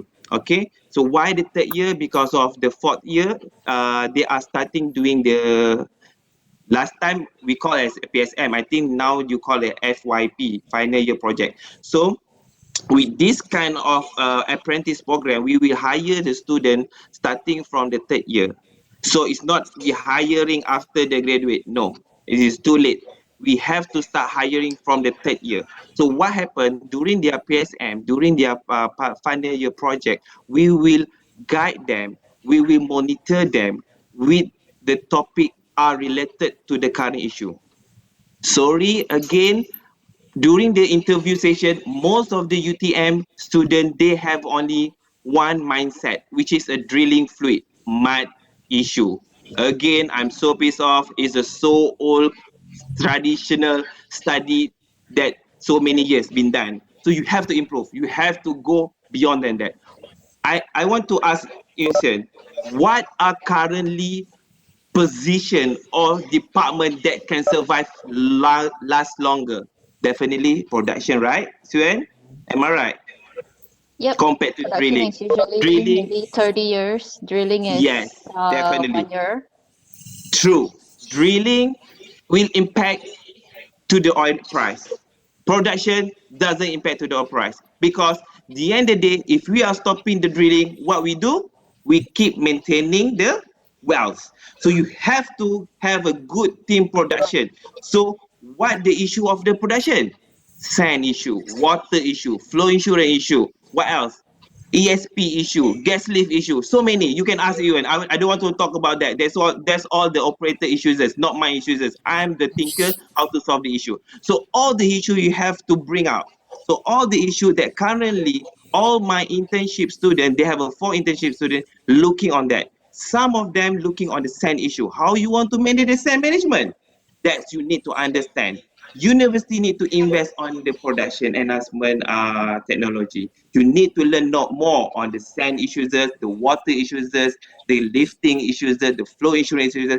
all the issues are related to the maintenance. So you need to understand that issues, then you can explore yourself. So that's why by having this kind of apprentice program, I can educate, I can monitor, even I can guideline. Oh, sorry, not I, we, not only me, is a team. We can guide them and look and guide them to the future that they can last longer in the oil and gas.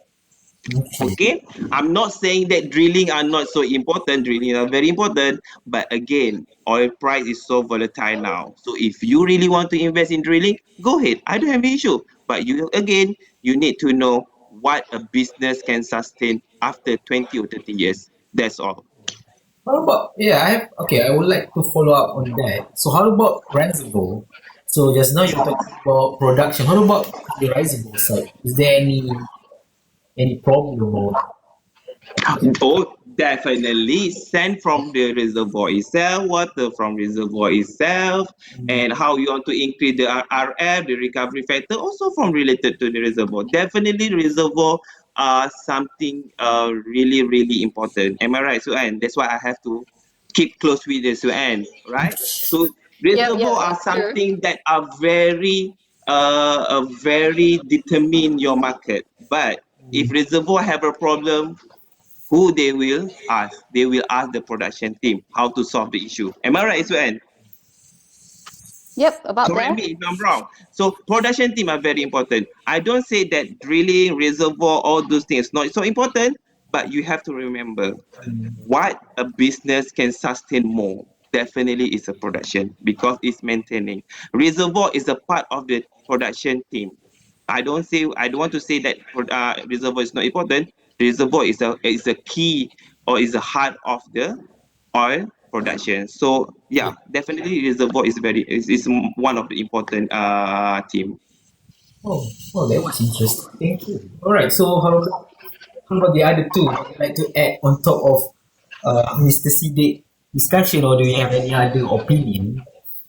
No, I agree, partially agree with Mr. Siddiq. Like when we studied when university, I mean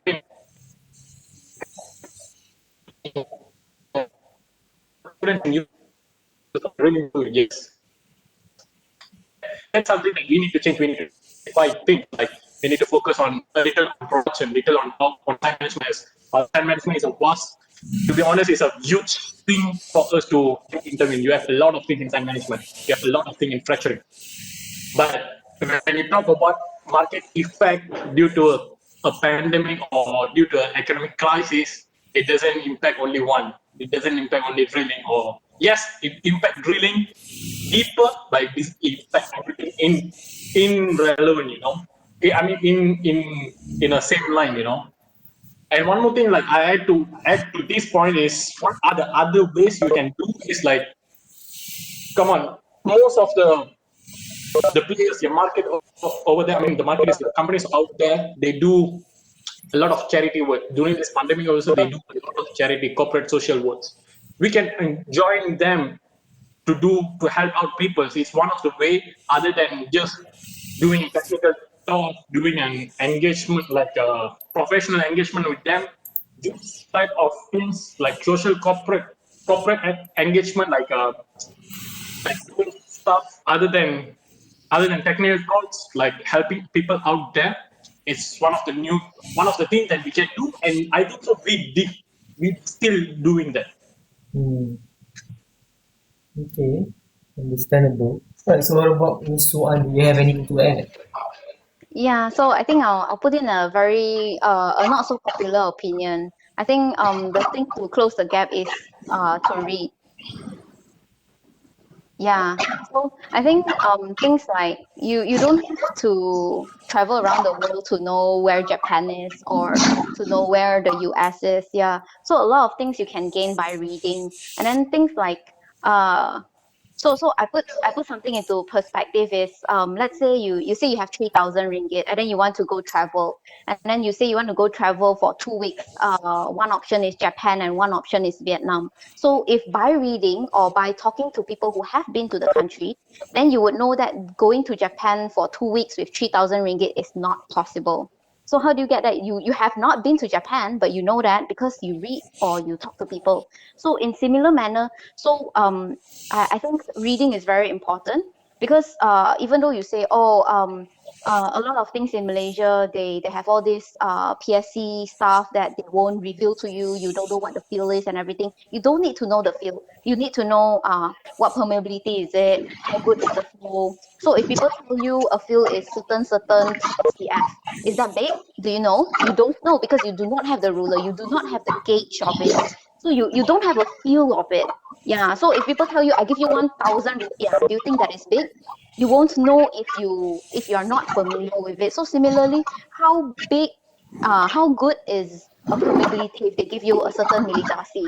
How bad is it? So if one dasi is it good? Is it bad? You won't know if you don't read. So one thing that you get to know is by working with it. But if you don't have the chance of doing industrial training or working with all these data to know to get the feel, then the only other thing is to read. Because if you read even if you read one paper a week for 4 years, that is already 200 plus papers additional compared to your peers.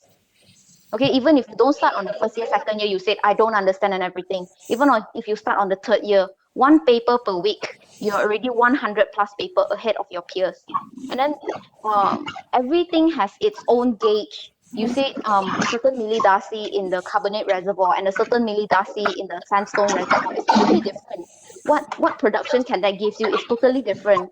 So I think the very important thing is to know where the ruler is.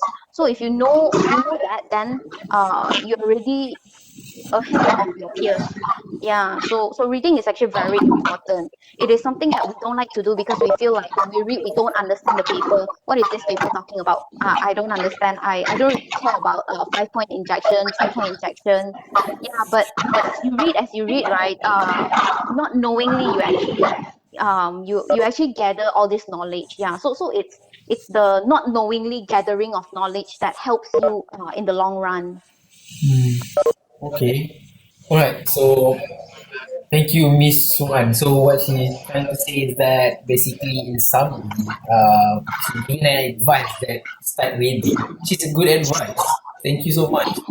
So we move on to the fourth question, which is will be the second last. So we are now talking about software.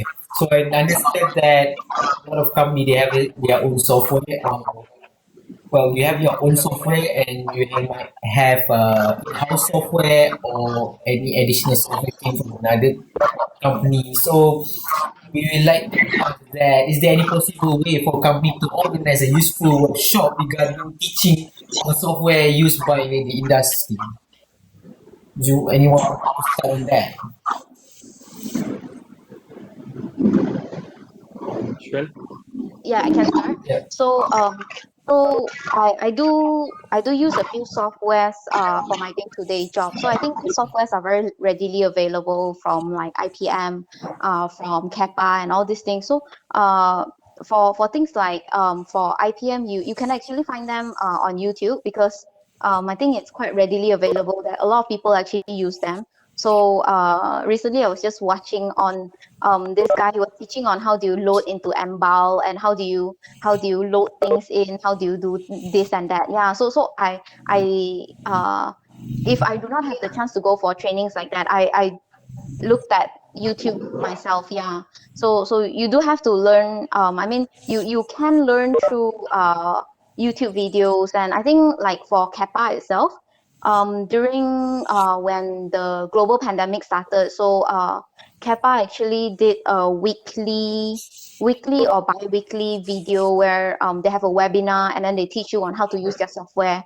So they have a suite of software in terms of you can do PTA, RTA, pressure transient analysis, rate transient analysis. You can do logging. So they have like Emerald, which does logging tools, logging interpretation, and a lot of different other tools which I'm not very familiar with.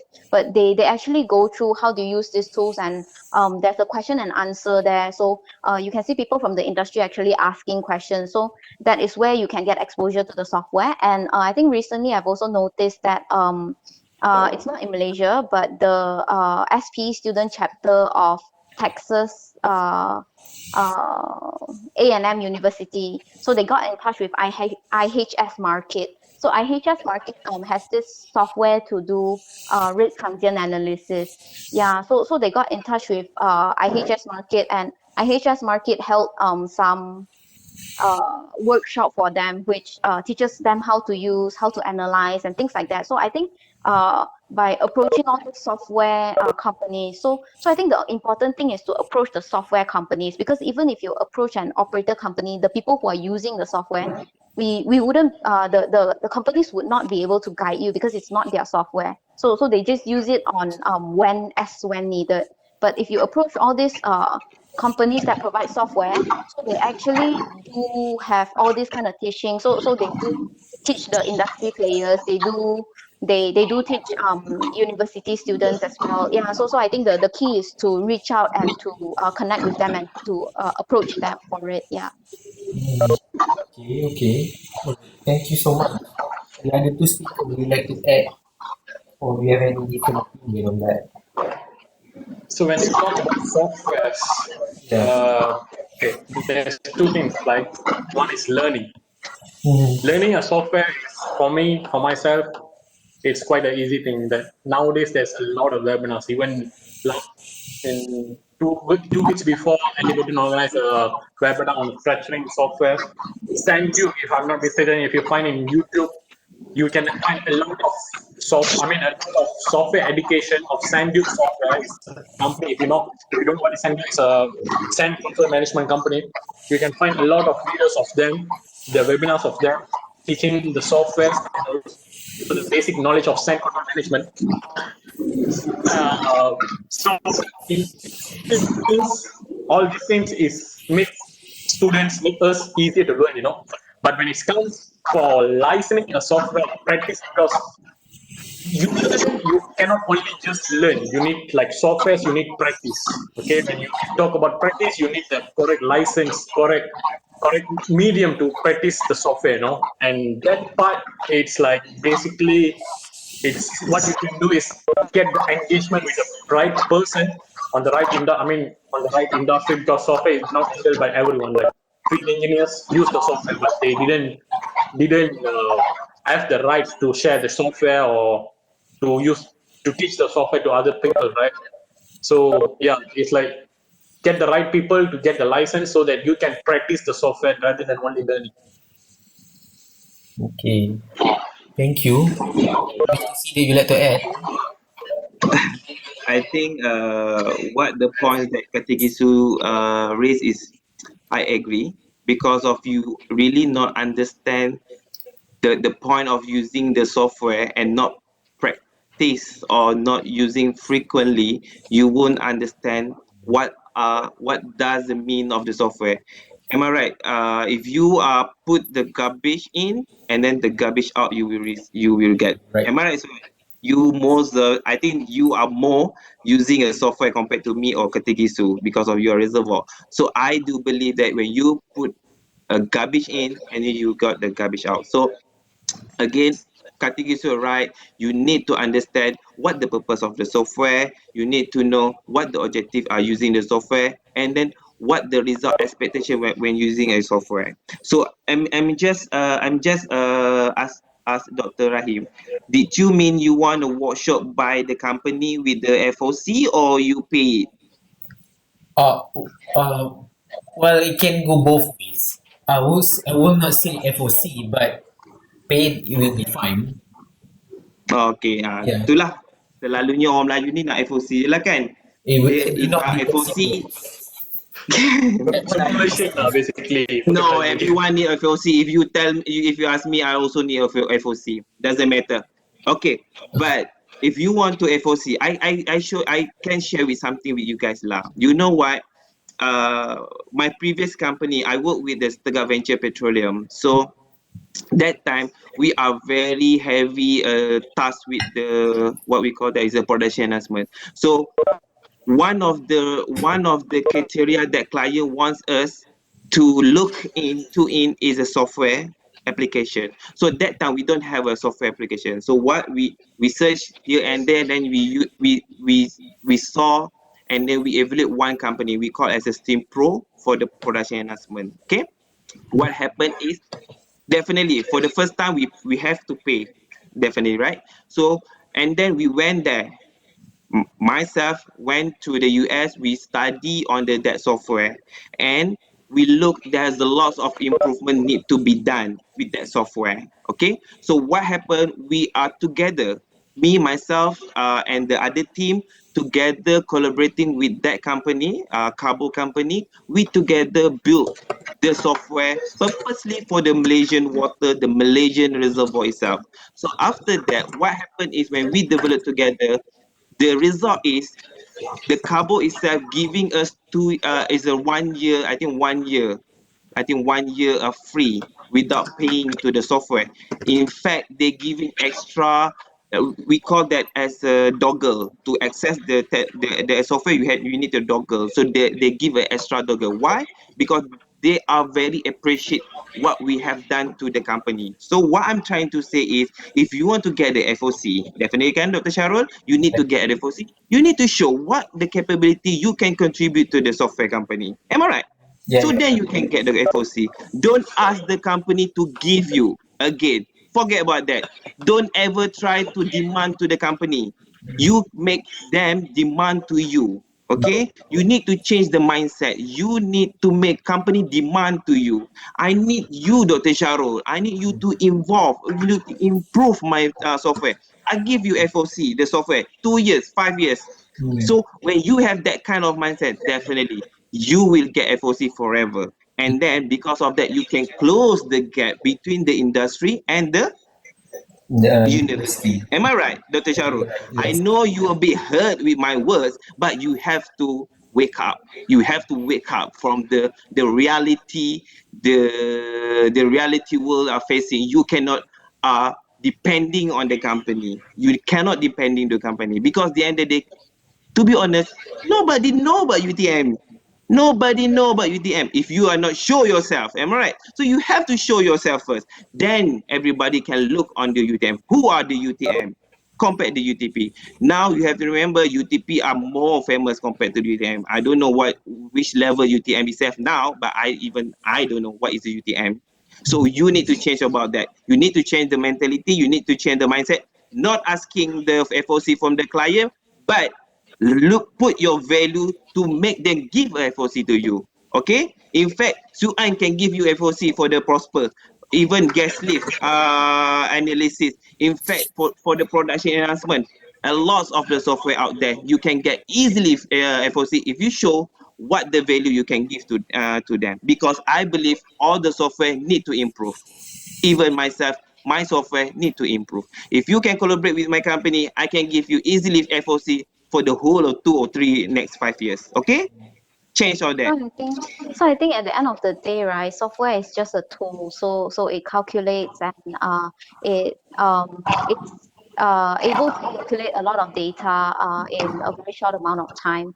So it makes our work easier. But at the end of the day, you need to know whatever software that you're using, because not all company uses the same software. There are variations of different companies, but they do the same thing. So you cannot go and say that, oh, just because it's from this company A, I know how to use. When it goes to company B, I don't know how to use. So it doesn't matter if the clicking of the button is different. What matters is actually the technical knowledge. You know that what do you need to do to match it? Because learning the software is easy, but the technical knowledge is the important one, which like they both have mentioned, garbage in, garbage out. That is the literal truth. And yeah, you don't want to take garbage out and do something with it. Yeah. Yes, totally agree with you, Xuan. So I can add on here. Okay, Dr. Sharul, if you If you, okay, for example, Prosper is one of the biggest tool to determine the VLP and then to determine the inflow and outflow. Okay, that's a true. That's a Prosper. The Prosper come from the overseas. Why don't you use that knowledge? You have the knowledge, right? You use that knowledge and collaborating with the company that are doing the programming, so you can enhance, or maybe you can develop by your own self. You can replace the Prosper in Malaysia. I know it's difficult. Shuan will smiling to me. Is it possible? If you have the mindset to change the world, definitely it's possible, my answer. So you need to change you need to produce a similar like a Prosper. Look on the China. Yes, copycat is something like illegal, but not copycat, but something you have to develop based on the Malaysian basis. Because at the end of the day, the software is just a tool measure on the data that you have. If you have a complete data, you can develop the software by your own self. So you have to that mindset. Definitely, you can not only a Prosper, Eclipse, whatsoever lah. Last time I saw is a tech lock lah, whatsoever. So many tech. If you can develop itself, believe me, you're not depending to the company, but company depending on you. Again, change the mindset. Definitely you will success. Sure, you're right. Well, if you're talking about my own software, I do have my own software.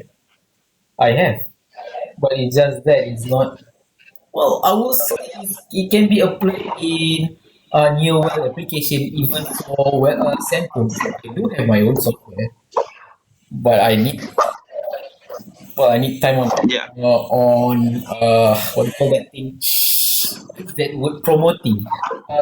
One thing that I do agree with what you're talking about is about marketing. Yes, I totally agree with that, which is I'm currently trying to do that. But then again, well, it's not an excuse. Yeah, I'm trying. Don't worry. Well, If you totally don't agree. have anyone to promoting your software, let me do it. Oh, Definitely I will do. I'm a business development and marketing strategy. I know how to promoting your service. I know how to do it. Let just collaborating and oh close yeah, the yeah, gap yeah. between the That industry one can be and the university. okay. That one can be like a private talk with me and you. No worry. Definitely you can pay Yes. me. No worries. Okay. we All need right. to start we need to start tonight to close the gap between the company and the industry. What point you make a forum if you not change now? Hmm. Don't call me if you don't want to change. Forget about me. If you want to change, let's start now. Not now, by tonight. Okay, change now. Okay. All right. So thank you so much. We'll go to the last one, which is more on the comparison between local and international, no, local and overseas grad student. So the question that I get here is that many oil and gas company in Malaysia refuse to hire a local grad as compared to overseas grad. Is our local academic teaching outdated or not? Or not in the latest trend? Can you please provide some reason for that? Any suggestion or sort of extra or info knowledge that we can inquire during our university life in order to be competitive in our future? Anyone would like to start?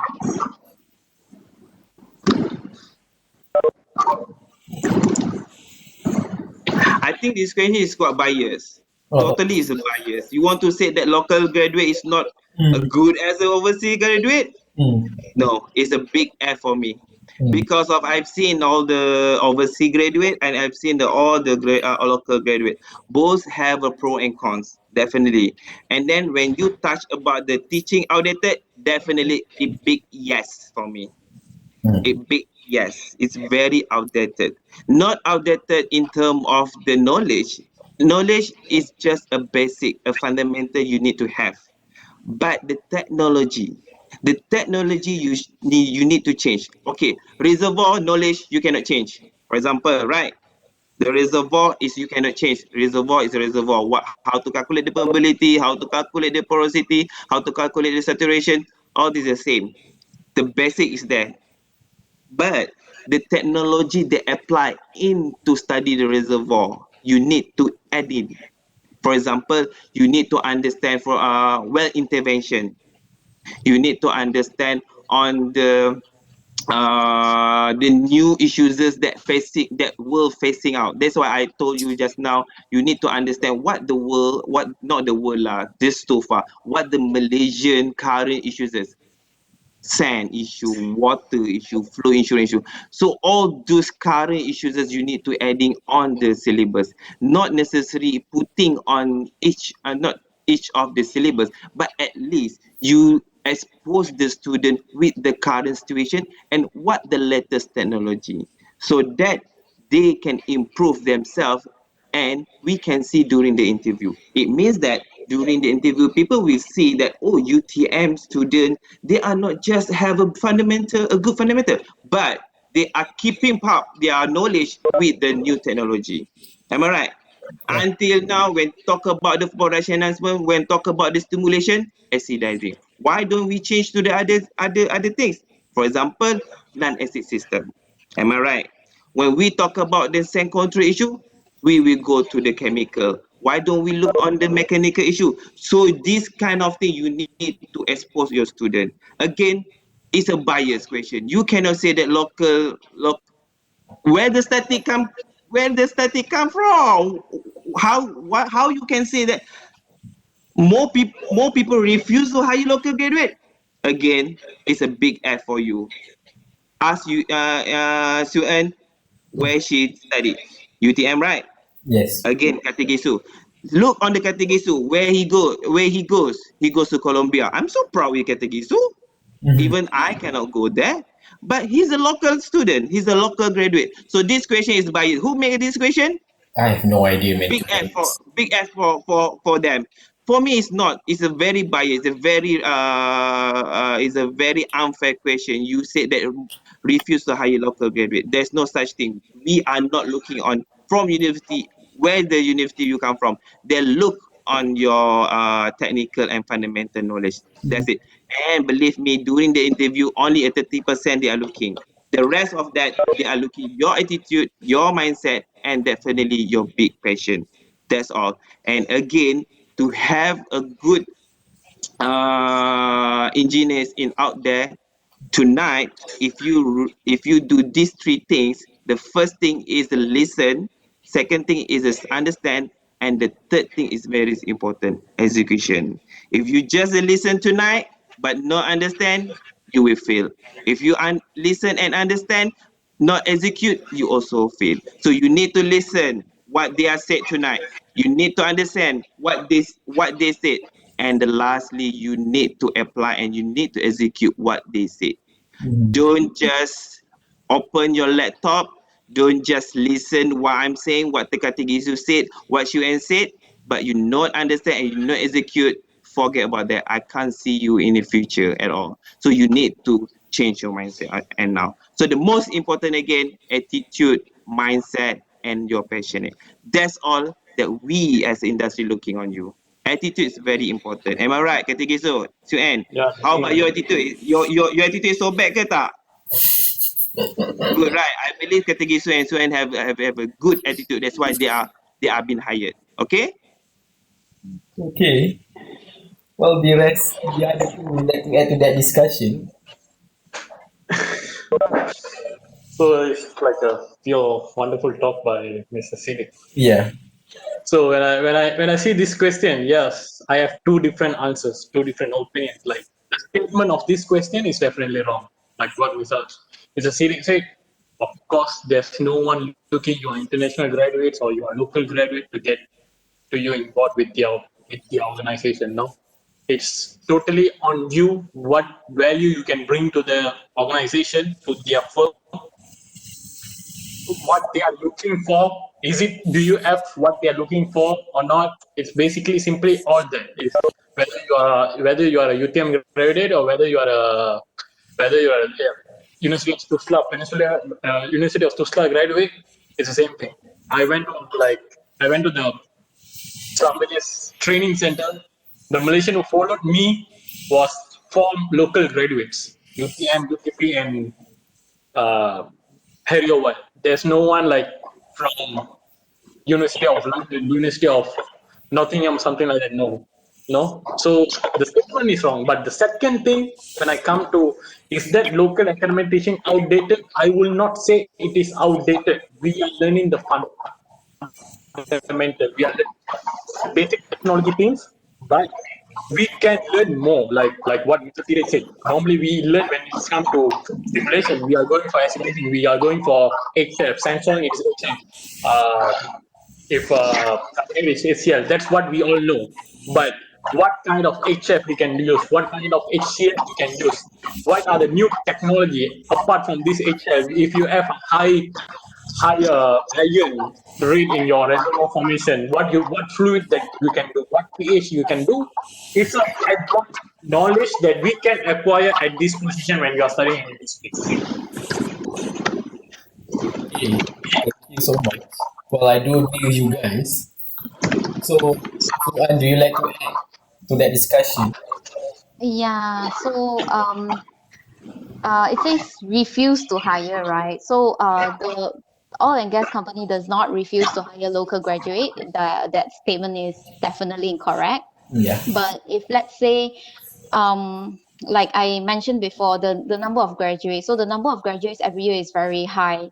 The amount of people graduating from each university, you multiply by the university around the world, which offers the course of petroleum engineering. Let's say they are Malaysians and then they come back home. So for a company to hire, if I looked at someone with imperial background compared to UTM, of course, on first impression, people would look at the ones with imperial first. But then the university name is something that you cannot change. In a way that you are studying there, that's something that you cannot change. So why do you want to worry and think about something that you cannot change? You are already in a university, you are finishing your degree. So what's the point of thinking about it? So then why not look at something that you can change? So your background only gives you a first impression of you, of what you are as a person. So when a person look at your CV, the person look, what does this person, how is this person performing in school? What CGPA is the person getting? What important position the person hold? What is the thinking capability of the person? So it gives a first impression. But as you get to know, but when people interview you or when people work with you during intern, it gives the person a feel of you. So what kind of person are you? What kind of attitude do you hold? Yeah, so that brings you. So the university name only bring you that far. So it does not naturally open every door for you. So it might open the door of interview for you, but how you bring yourself is what gets you through the door. Yeah. So as to if the syllabus is outdated, I think the basics is there.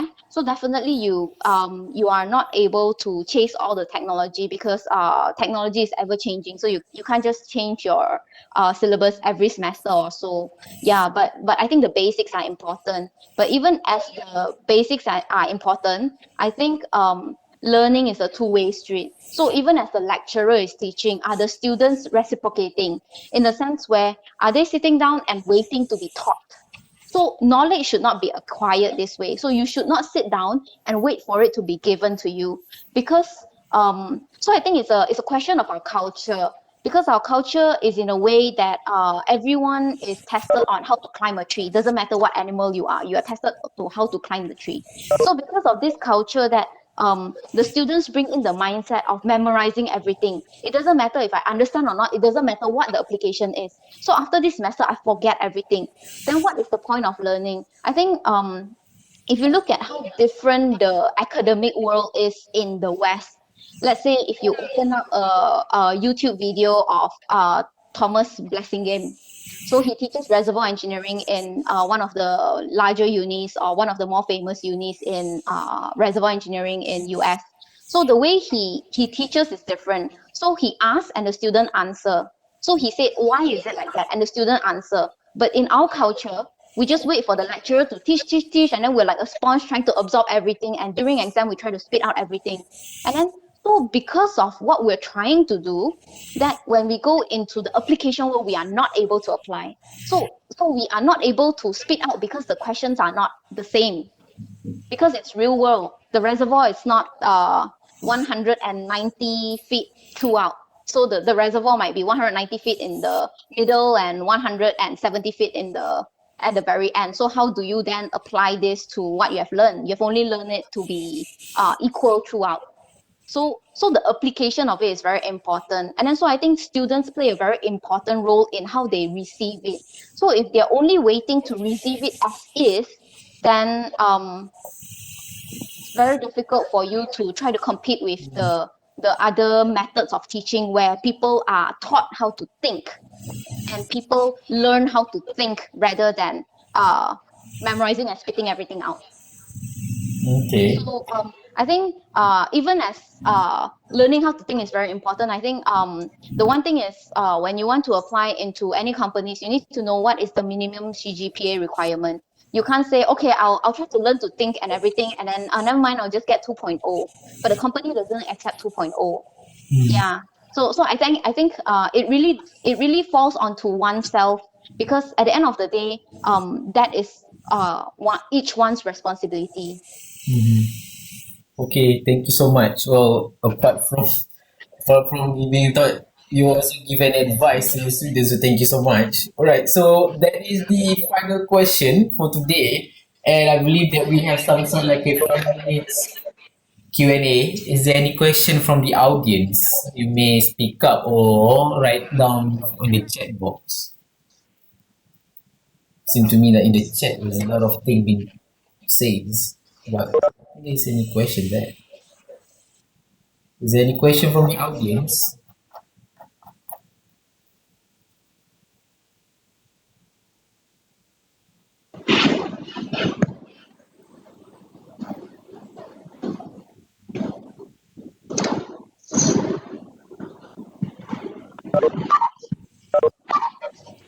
One more question?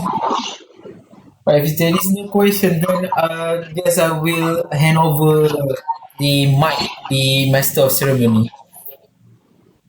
Maybe Sorry, I can answer the question. For Miss Shu, and so you as a reservoir engineer, right? What type of master, I have a dream to become a reservoir engineer, and I targeting. So, do you have any suggestion for like reservoir engineer? What type of line should I jump, or what type of studies should I focus on in order to be one of the reservoir engineer? So I think it depends on what year are you. I mean, have you done your internship yet? I'm currently 4 years, so yeah, already done the internship with doing internship with Sir Sigit, the representative from Miss Energy. So yeah. Okay. So I think the reservoir engineer that the academic expose you to is very limited. So it shows you what reservoir engineering subject holds. But in actual fact, reservoir engineer does a lot more than that. So reservoir engineer looks at let's say relative permeability, looks at fluid itself. So you do fluid characterization. So you do well test. So well test is under reservoir engineer. Rate transient analysis as well. So that is sort of the part of well test. And then it goes into modeling, which is for example coding and all these things. And then all of this, at the end of the day, you require your technical knowledge. Yeah. So the reservoir engineering department is actually very big. Yeah. So I think to sort of really understand, I think how you approach is you should understand where the reservoir engineer works begin and where the reservoir engineer work end. Yeah, because if you look at FDP that you do, then you think that this is what all the reservoir engineer does. Yeah, so actually reservoir engineers do not touch petrol. So petrol is not ours. Petrol belongs to the geologist. Yeah. So we add the fourth dimension into what the geologist has already given. So the three dimension is given by the geologist, but we add the time element into the model. Yeah, so all these things you need to know where the reservoir engineer work begins and where it ends. Yeah, so to know your scope and to know what you can venture into, what interests you. Okay. Is that answering the question? And then my second question is for all the panelists about how do you guys manage to relate all your knowledge that you learned in the universities when you started to after you graduate you started to jump to an industry, and how do you guys relate your knowledge that you learn in the industry, or how much that you can relate what you learn in the what you learn in the universities and apply it to the when you guys work in the industry.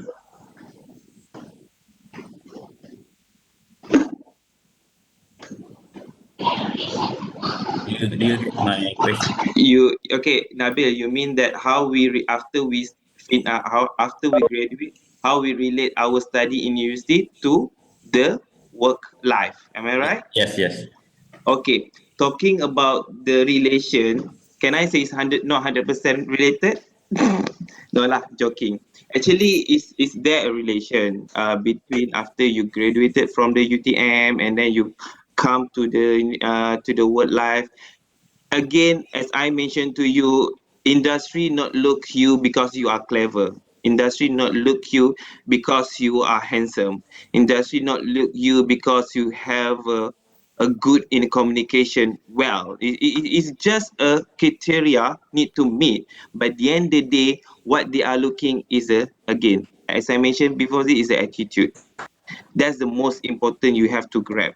So talking about relation between after you study and after you work life, yes, there's a similar thing that you can relate. For example, like me, I'm doing now on more to the production announcement, so it more to relation on the web diagnostic. So it doesn't mean I need to just learn about the web diagnostic. It's totally wrong. So you need to understand from the groundwork, the groundwork, which is from the reservoir itself, and then go to the completion, go to the top side, go to the terminal, and blah blah blah.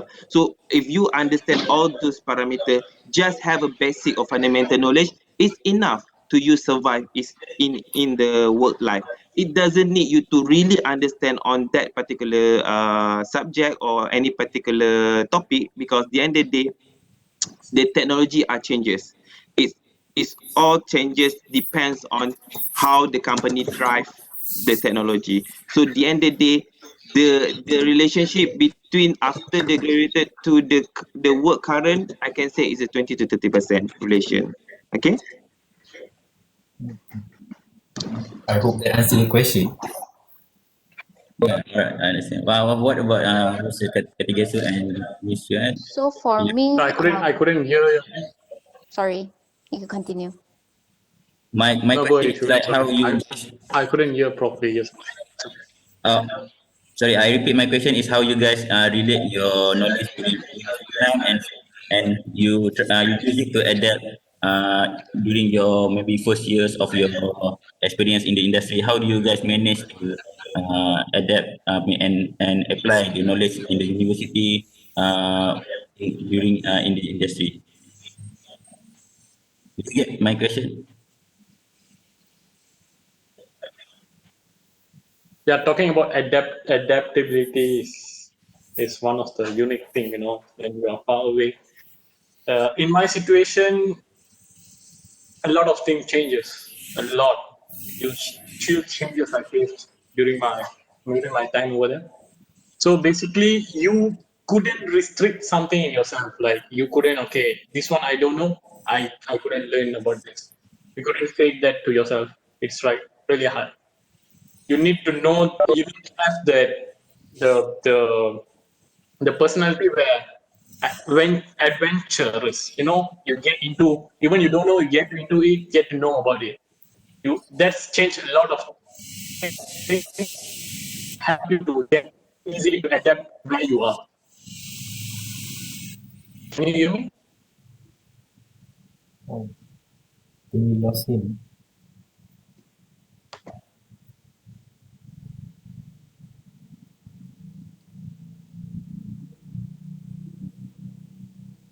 Should I go while we wait for him to come back? Well, wait. Yeah, I think you can go. Yeah, so if you talk about the how applicable it is for what we learn and what is in the industry. So if you look at when you do drilling activities. So you actually do see the gamma ray log change. Yeah, so you do see that signature, and those are the things that you learn in formation evaluation. So those are actually applicable on how do you look at where there is hydrocarbon, on where what formation or formation changes, those sort of things, and Archie equation, saturation, and all those things.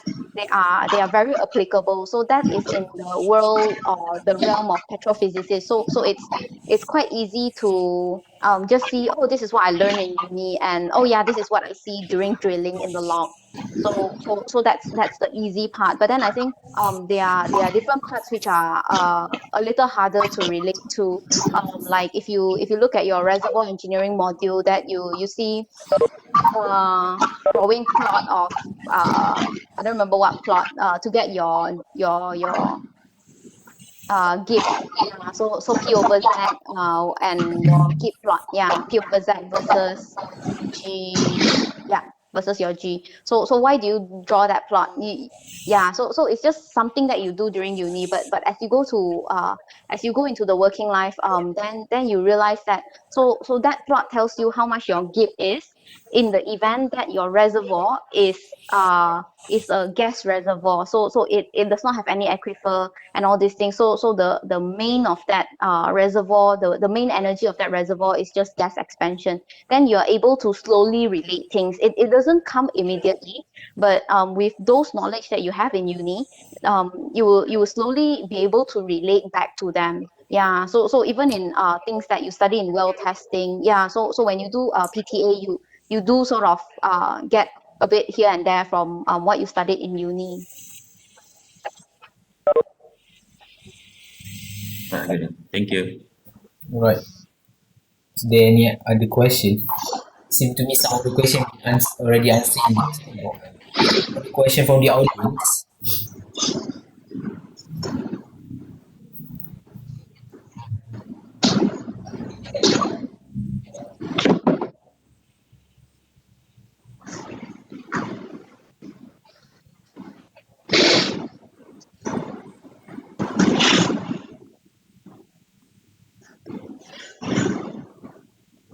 Yes, no. Or if it's no, then I would like to transfer the mic to the master of ceremony.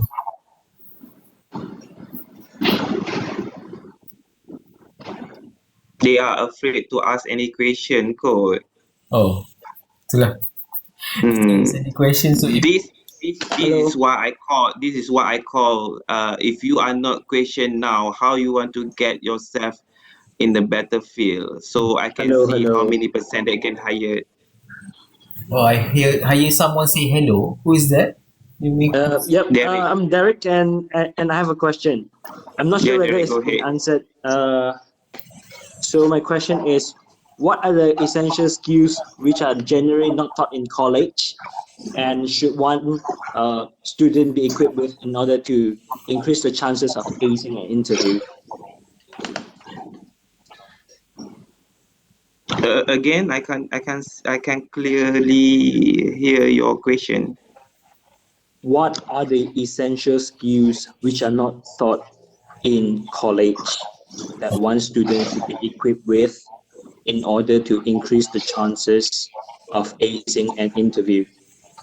Or it means that how to increase the chances of passing the interview. Am I right? And what the skill that need to be equipped? Yes, Okay. my question is more to skills, because some of the skills are not taught in college, and now Mm-mm. we have time as a student. We have more time in during college, and what should we equip ourselves with increase? I mean, in order to increase the chances. So Okay. the general idea is what are the skills? Okay, talking about skills, as I mentioned before this, if you have an extra skill, yes, definitely is a good for you to be outshine or to be shine compared to the others. But the end of day, you have to understand, Derek, when you go to the interview, when you not got that interview, it doesn't mean that you are not a good. That must be in your mind, okay? When you go any interview, then you not pass to the interview, it doesn't mean that you are not good. It just okay, maybe what I'm saying tonight, some of the people we can say that, oh, you are wrong. It's up to you. But for me, if you are not passed to the company, it's not because you are not too good. Maybe it's something else that company look on that participant or the interviewer. So the skill is the advantage, but the most important, you have to show how your attitude. That's the most important. Second, how the passion you are on when you to join the company. And the third one, what the objective if you are to join to the company. So when you are really understand during the interviewation, and then you did very well, but at the end of the day the company does not hiring you, it's not mean you are not good. It's just something, not luck. You have to remember, sometimes it's about luck. So when you start earlier, it's your luck. If you start a little bit, is maybe you are unlucky, but it's just a process of the time. So a skill just additional, but if you are not fast, it's not you are not good, but you need to understand there's something that company looking on you, so you need to improve that. So that's all my opinion. I think Ketikisu and Shuan also have any other opinion. I couldn't hear the question just now. So have a beautiful day. So I think Okay, the so I question have the was question typed out in the chat actually. so I think the question was what skills do you need to be able to ace in the interview or so, right? And then so for me it is the ability to think, to be able to think out of the box. Yeah. So whatever that you're taught, you're not supposed to just just split everything up. Yeah. So that's not the main intention. The main intention that the company hires someone is to think for them. So how I think not just the thinking part is very important. How do you articulate it? How do you bring the message across saying that this is what I'm thinking, this is what I think can solve our problem? So I understand our problem to be this, and then so my solution to it is this. Yeah, so the ability to articulate and to spell it out to other people, for other people to understand what you're talking about, because there's no point having brilliant ideas in your mind if you cannot convey the message. Yeah, so I think these two things are very important. The first one is to be able to think, to think out of the box, and yeah, to be able to think out of the box. The second one is to be able to spell it out or articulate what you're thinking.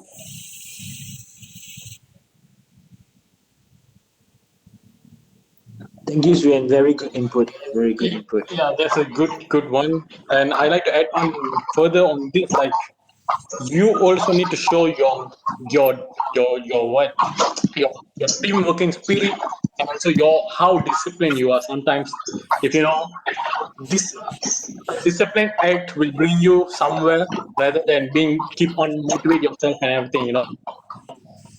Try to show how disciplined you are in the interview. It's a good skill to show, and it can show how you can work in a team as a team.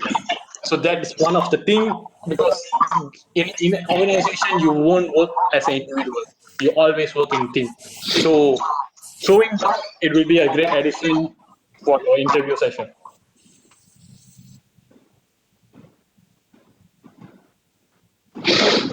Thank you, Katikisu. Right. Thank you so much. Is there any other question? I got one last question. Alright.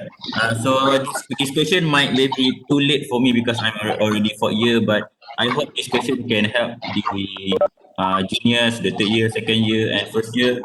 The question is like the objective for tonight is actually to to narrow the gap between the universities and the industry, right?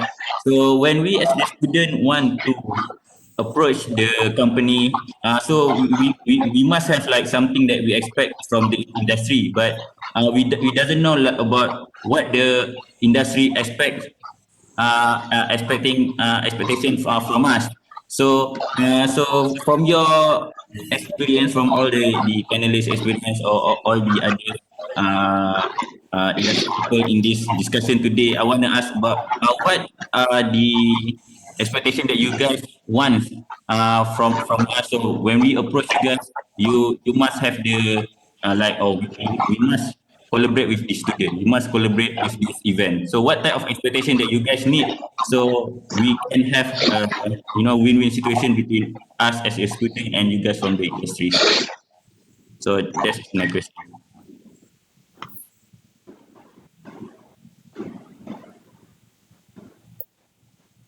I think for me, in general, the industry do want to collaborate with students because after all, people do retire and you try to get new bloods in the industry.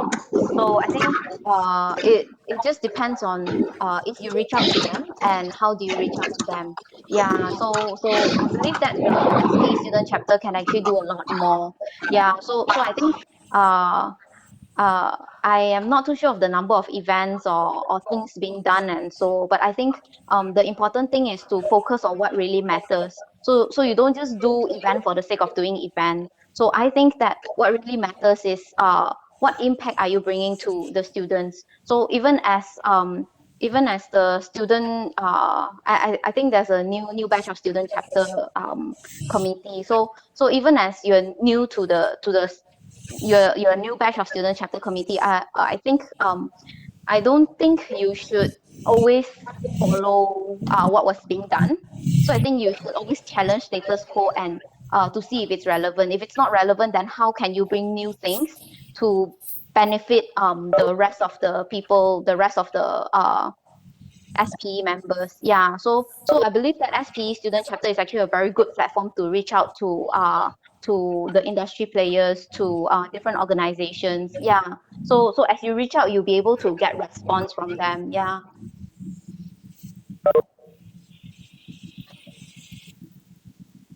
Does that answer your question? Yeah, I hope they answer your question, Nabil. Okay, thank you. Oh, okay. Right. So I guess that will be the last question, right? Do we Hello. yeah, If I may, sorry, sure. one last question. Okay, good evening to everyone. So my question is kind of like infamous, I think.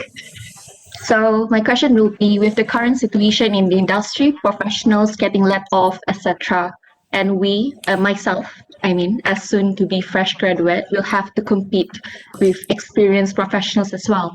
So are there any hidden, like infamous tips, like but impactful one that I might apply while applying for jobs? Like I know the famous ones such as good CVs and everything, but are there any hidden but impactful tips? That's my question. Hidden tips. Right. So panel, do you might have wanted to add that?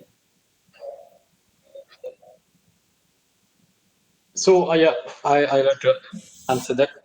So when you're talking about being competitive among experienced one and new one, not all the position will look at experience. Few are they are still looking for new people for them to contribute to get into the industry, and there's opportunity for newcomers. Don't like demotivate yourself that you need to compete with all the experienced ones out there during this pandemic and everything. It's not such case. Like even for based on my what I went after this, they will go for new people so that they will like try to what polish the newcomers so that they no need to like spend more on these revenues, these their liabilities, right? So don't worry about that. Don't ever compare yourself with the professional, with the experienced one.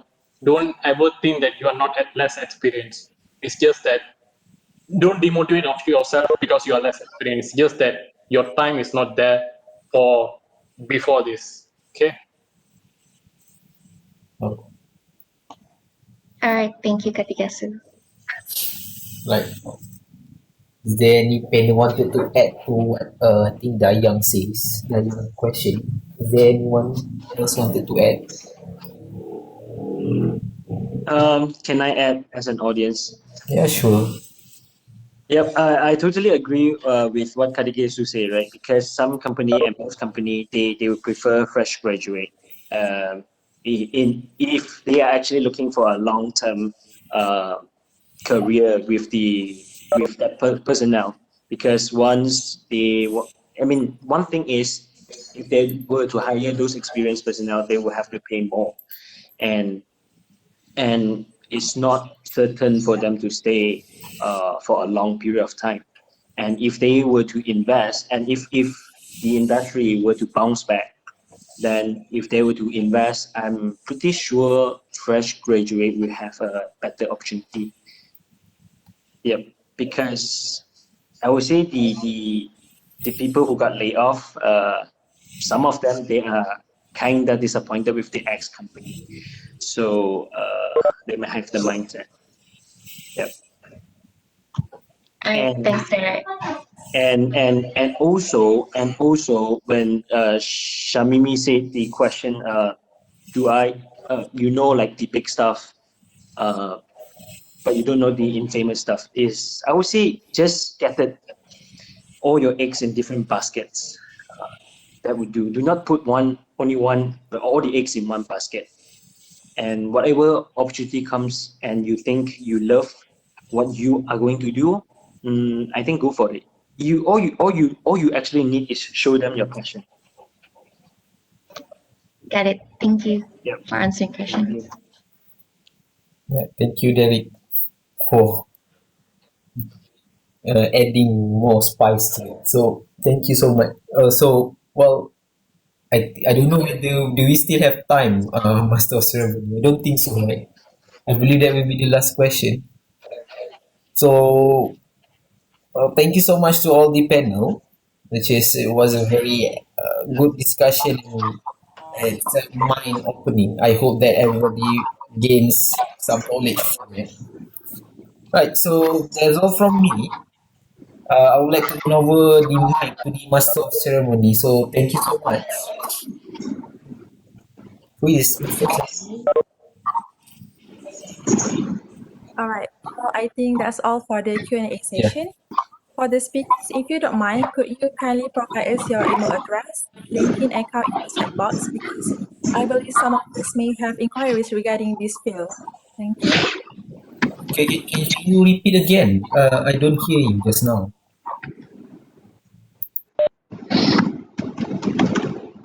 Sorry, can you hear me? Yeah. Yes. Repeat again because I can't hear you clearly. All right. So for the speakers, if you don't mind, could you Oh, okay. kindly provide us your email address and LinkedIn account in the chat box, because I believe some of us may have inquiries regarding this field. Thank Alright. you. Alright, okay. All right. Now we are going to do Sure. the photo session. You may open your camera now.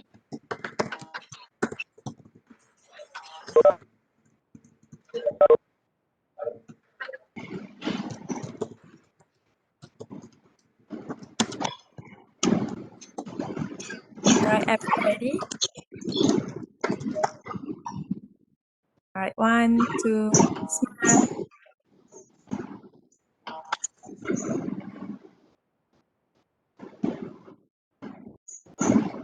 All right, again. 1, 2, smile. All right, thank you so much for your cooperation. As a saying goes, to every beginning there is an ending, and now the event has come to its end. Once again, I would like to express our warmest appreciation to all the speakers, Dr. Sharul as the moderator, and participants who graced our event with your presence. We truly appreciate it. On the behalf of the committees, I would like to apologize if we have done any mistakes throughout this event. Goodbye and good night. Thank you, everyone. Thank you. Thank you. Thank you. Thank you.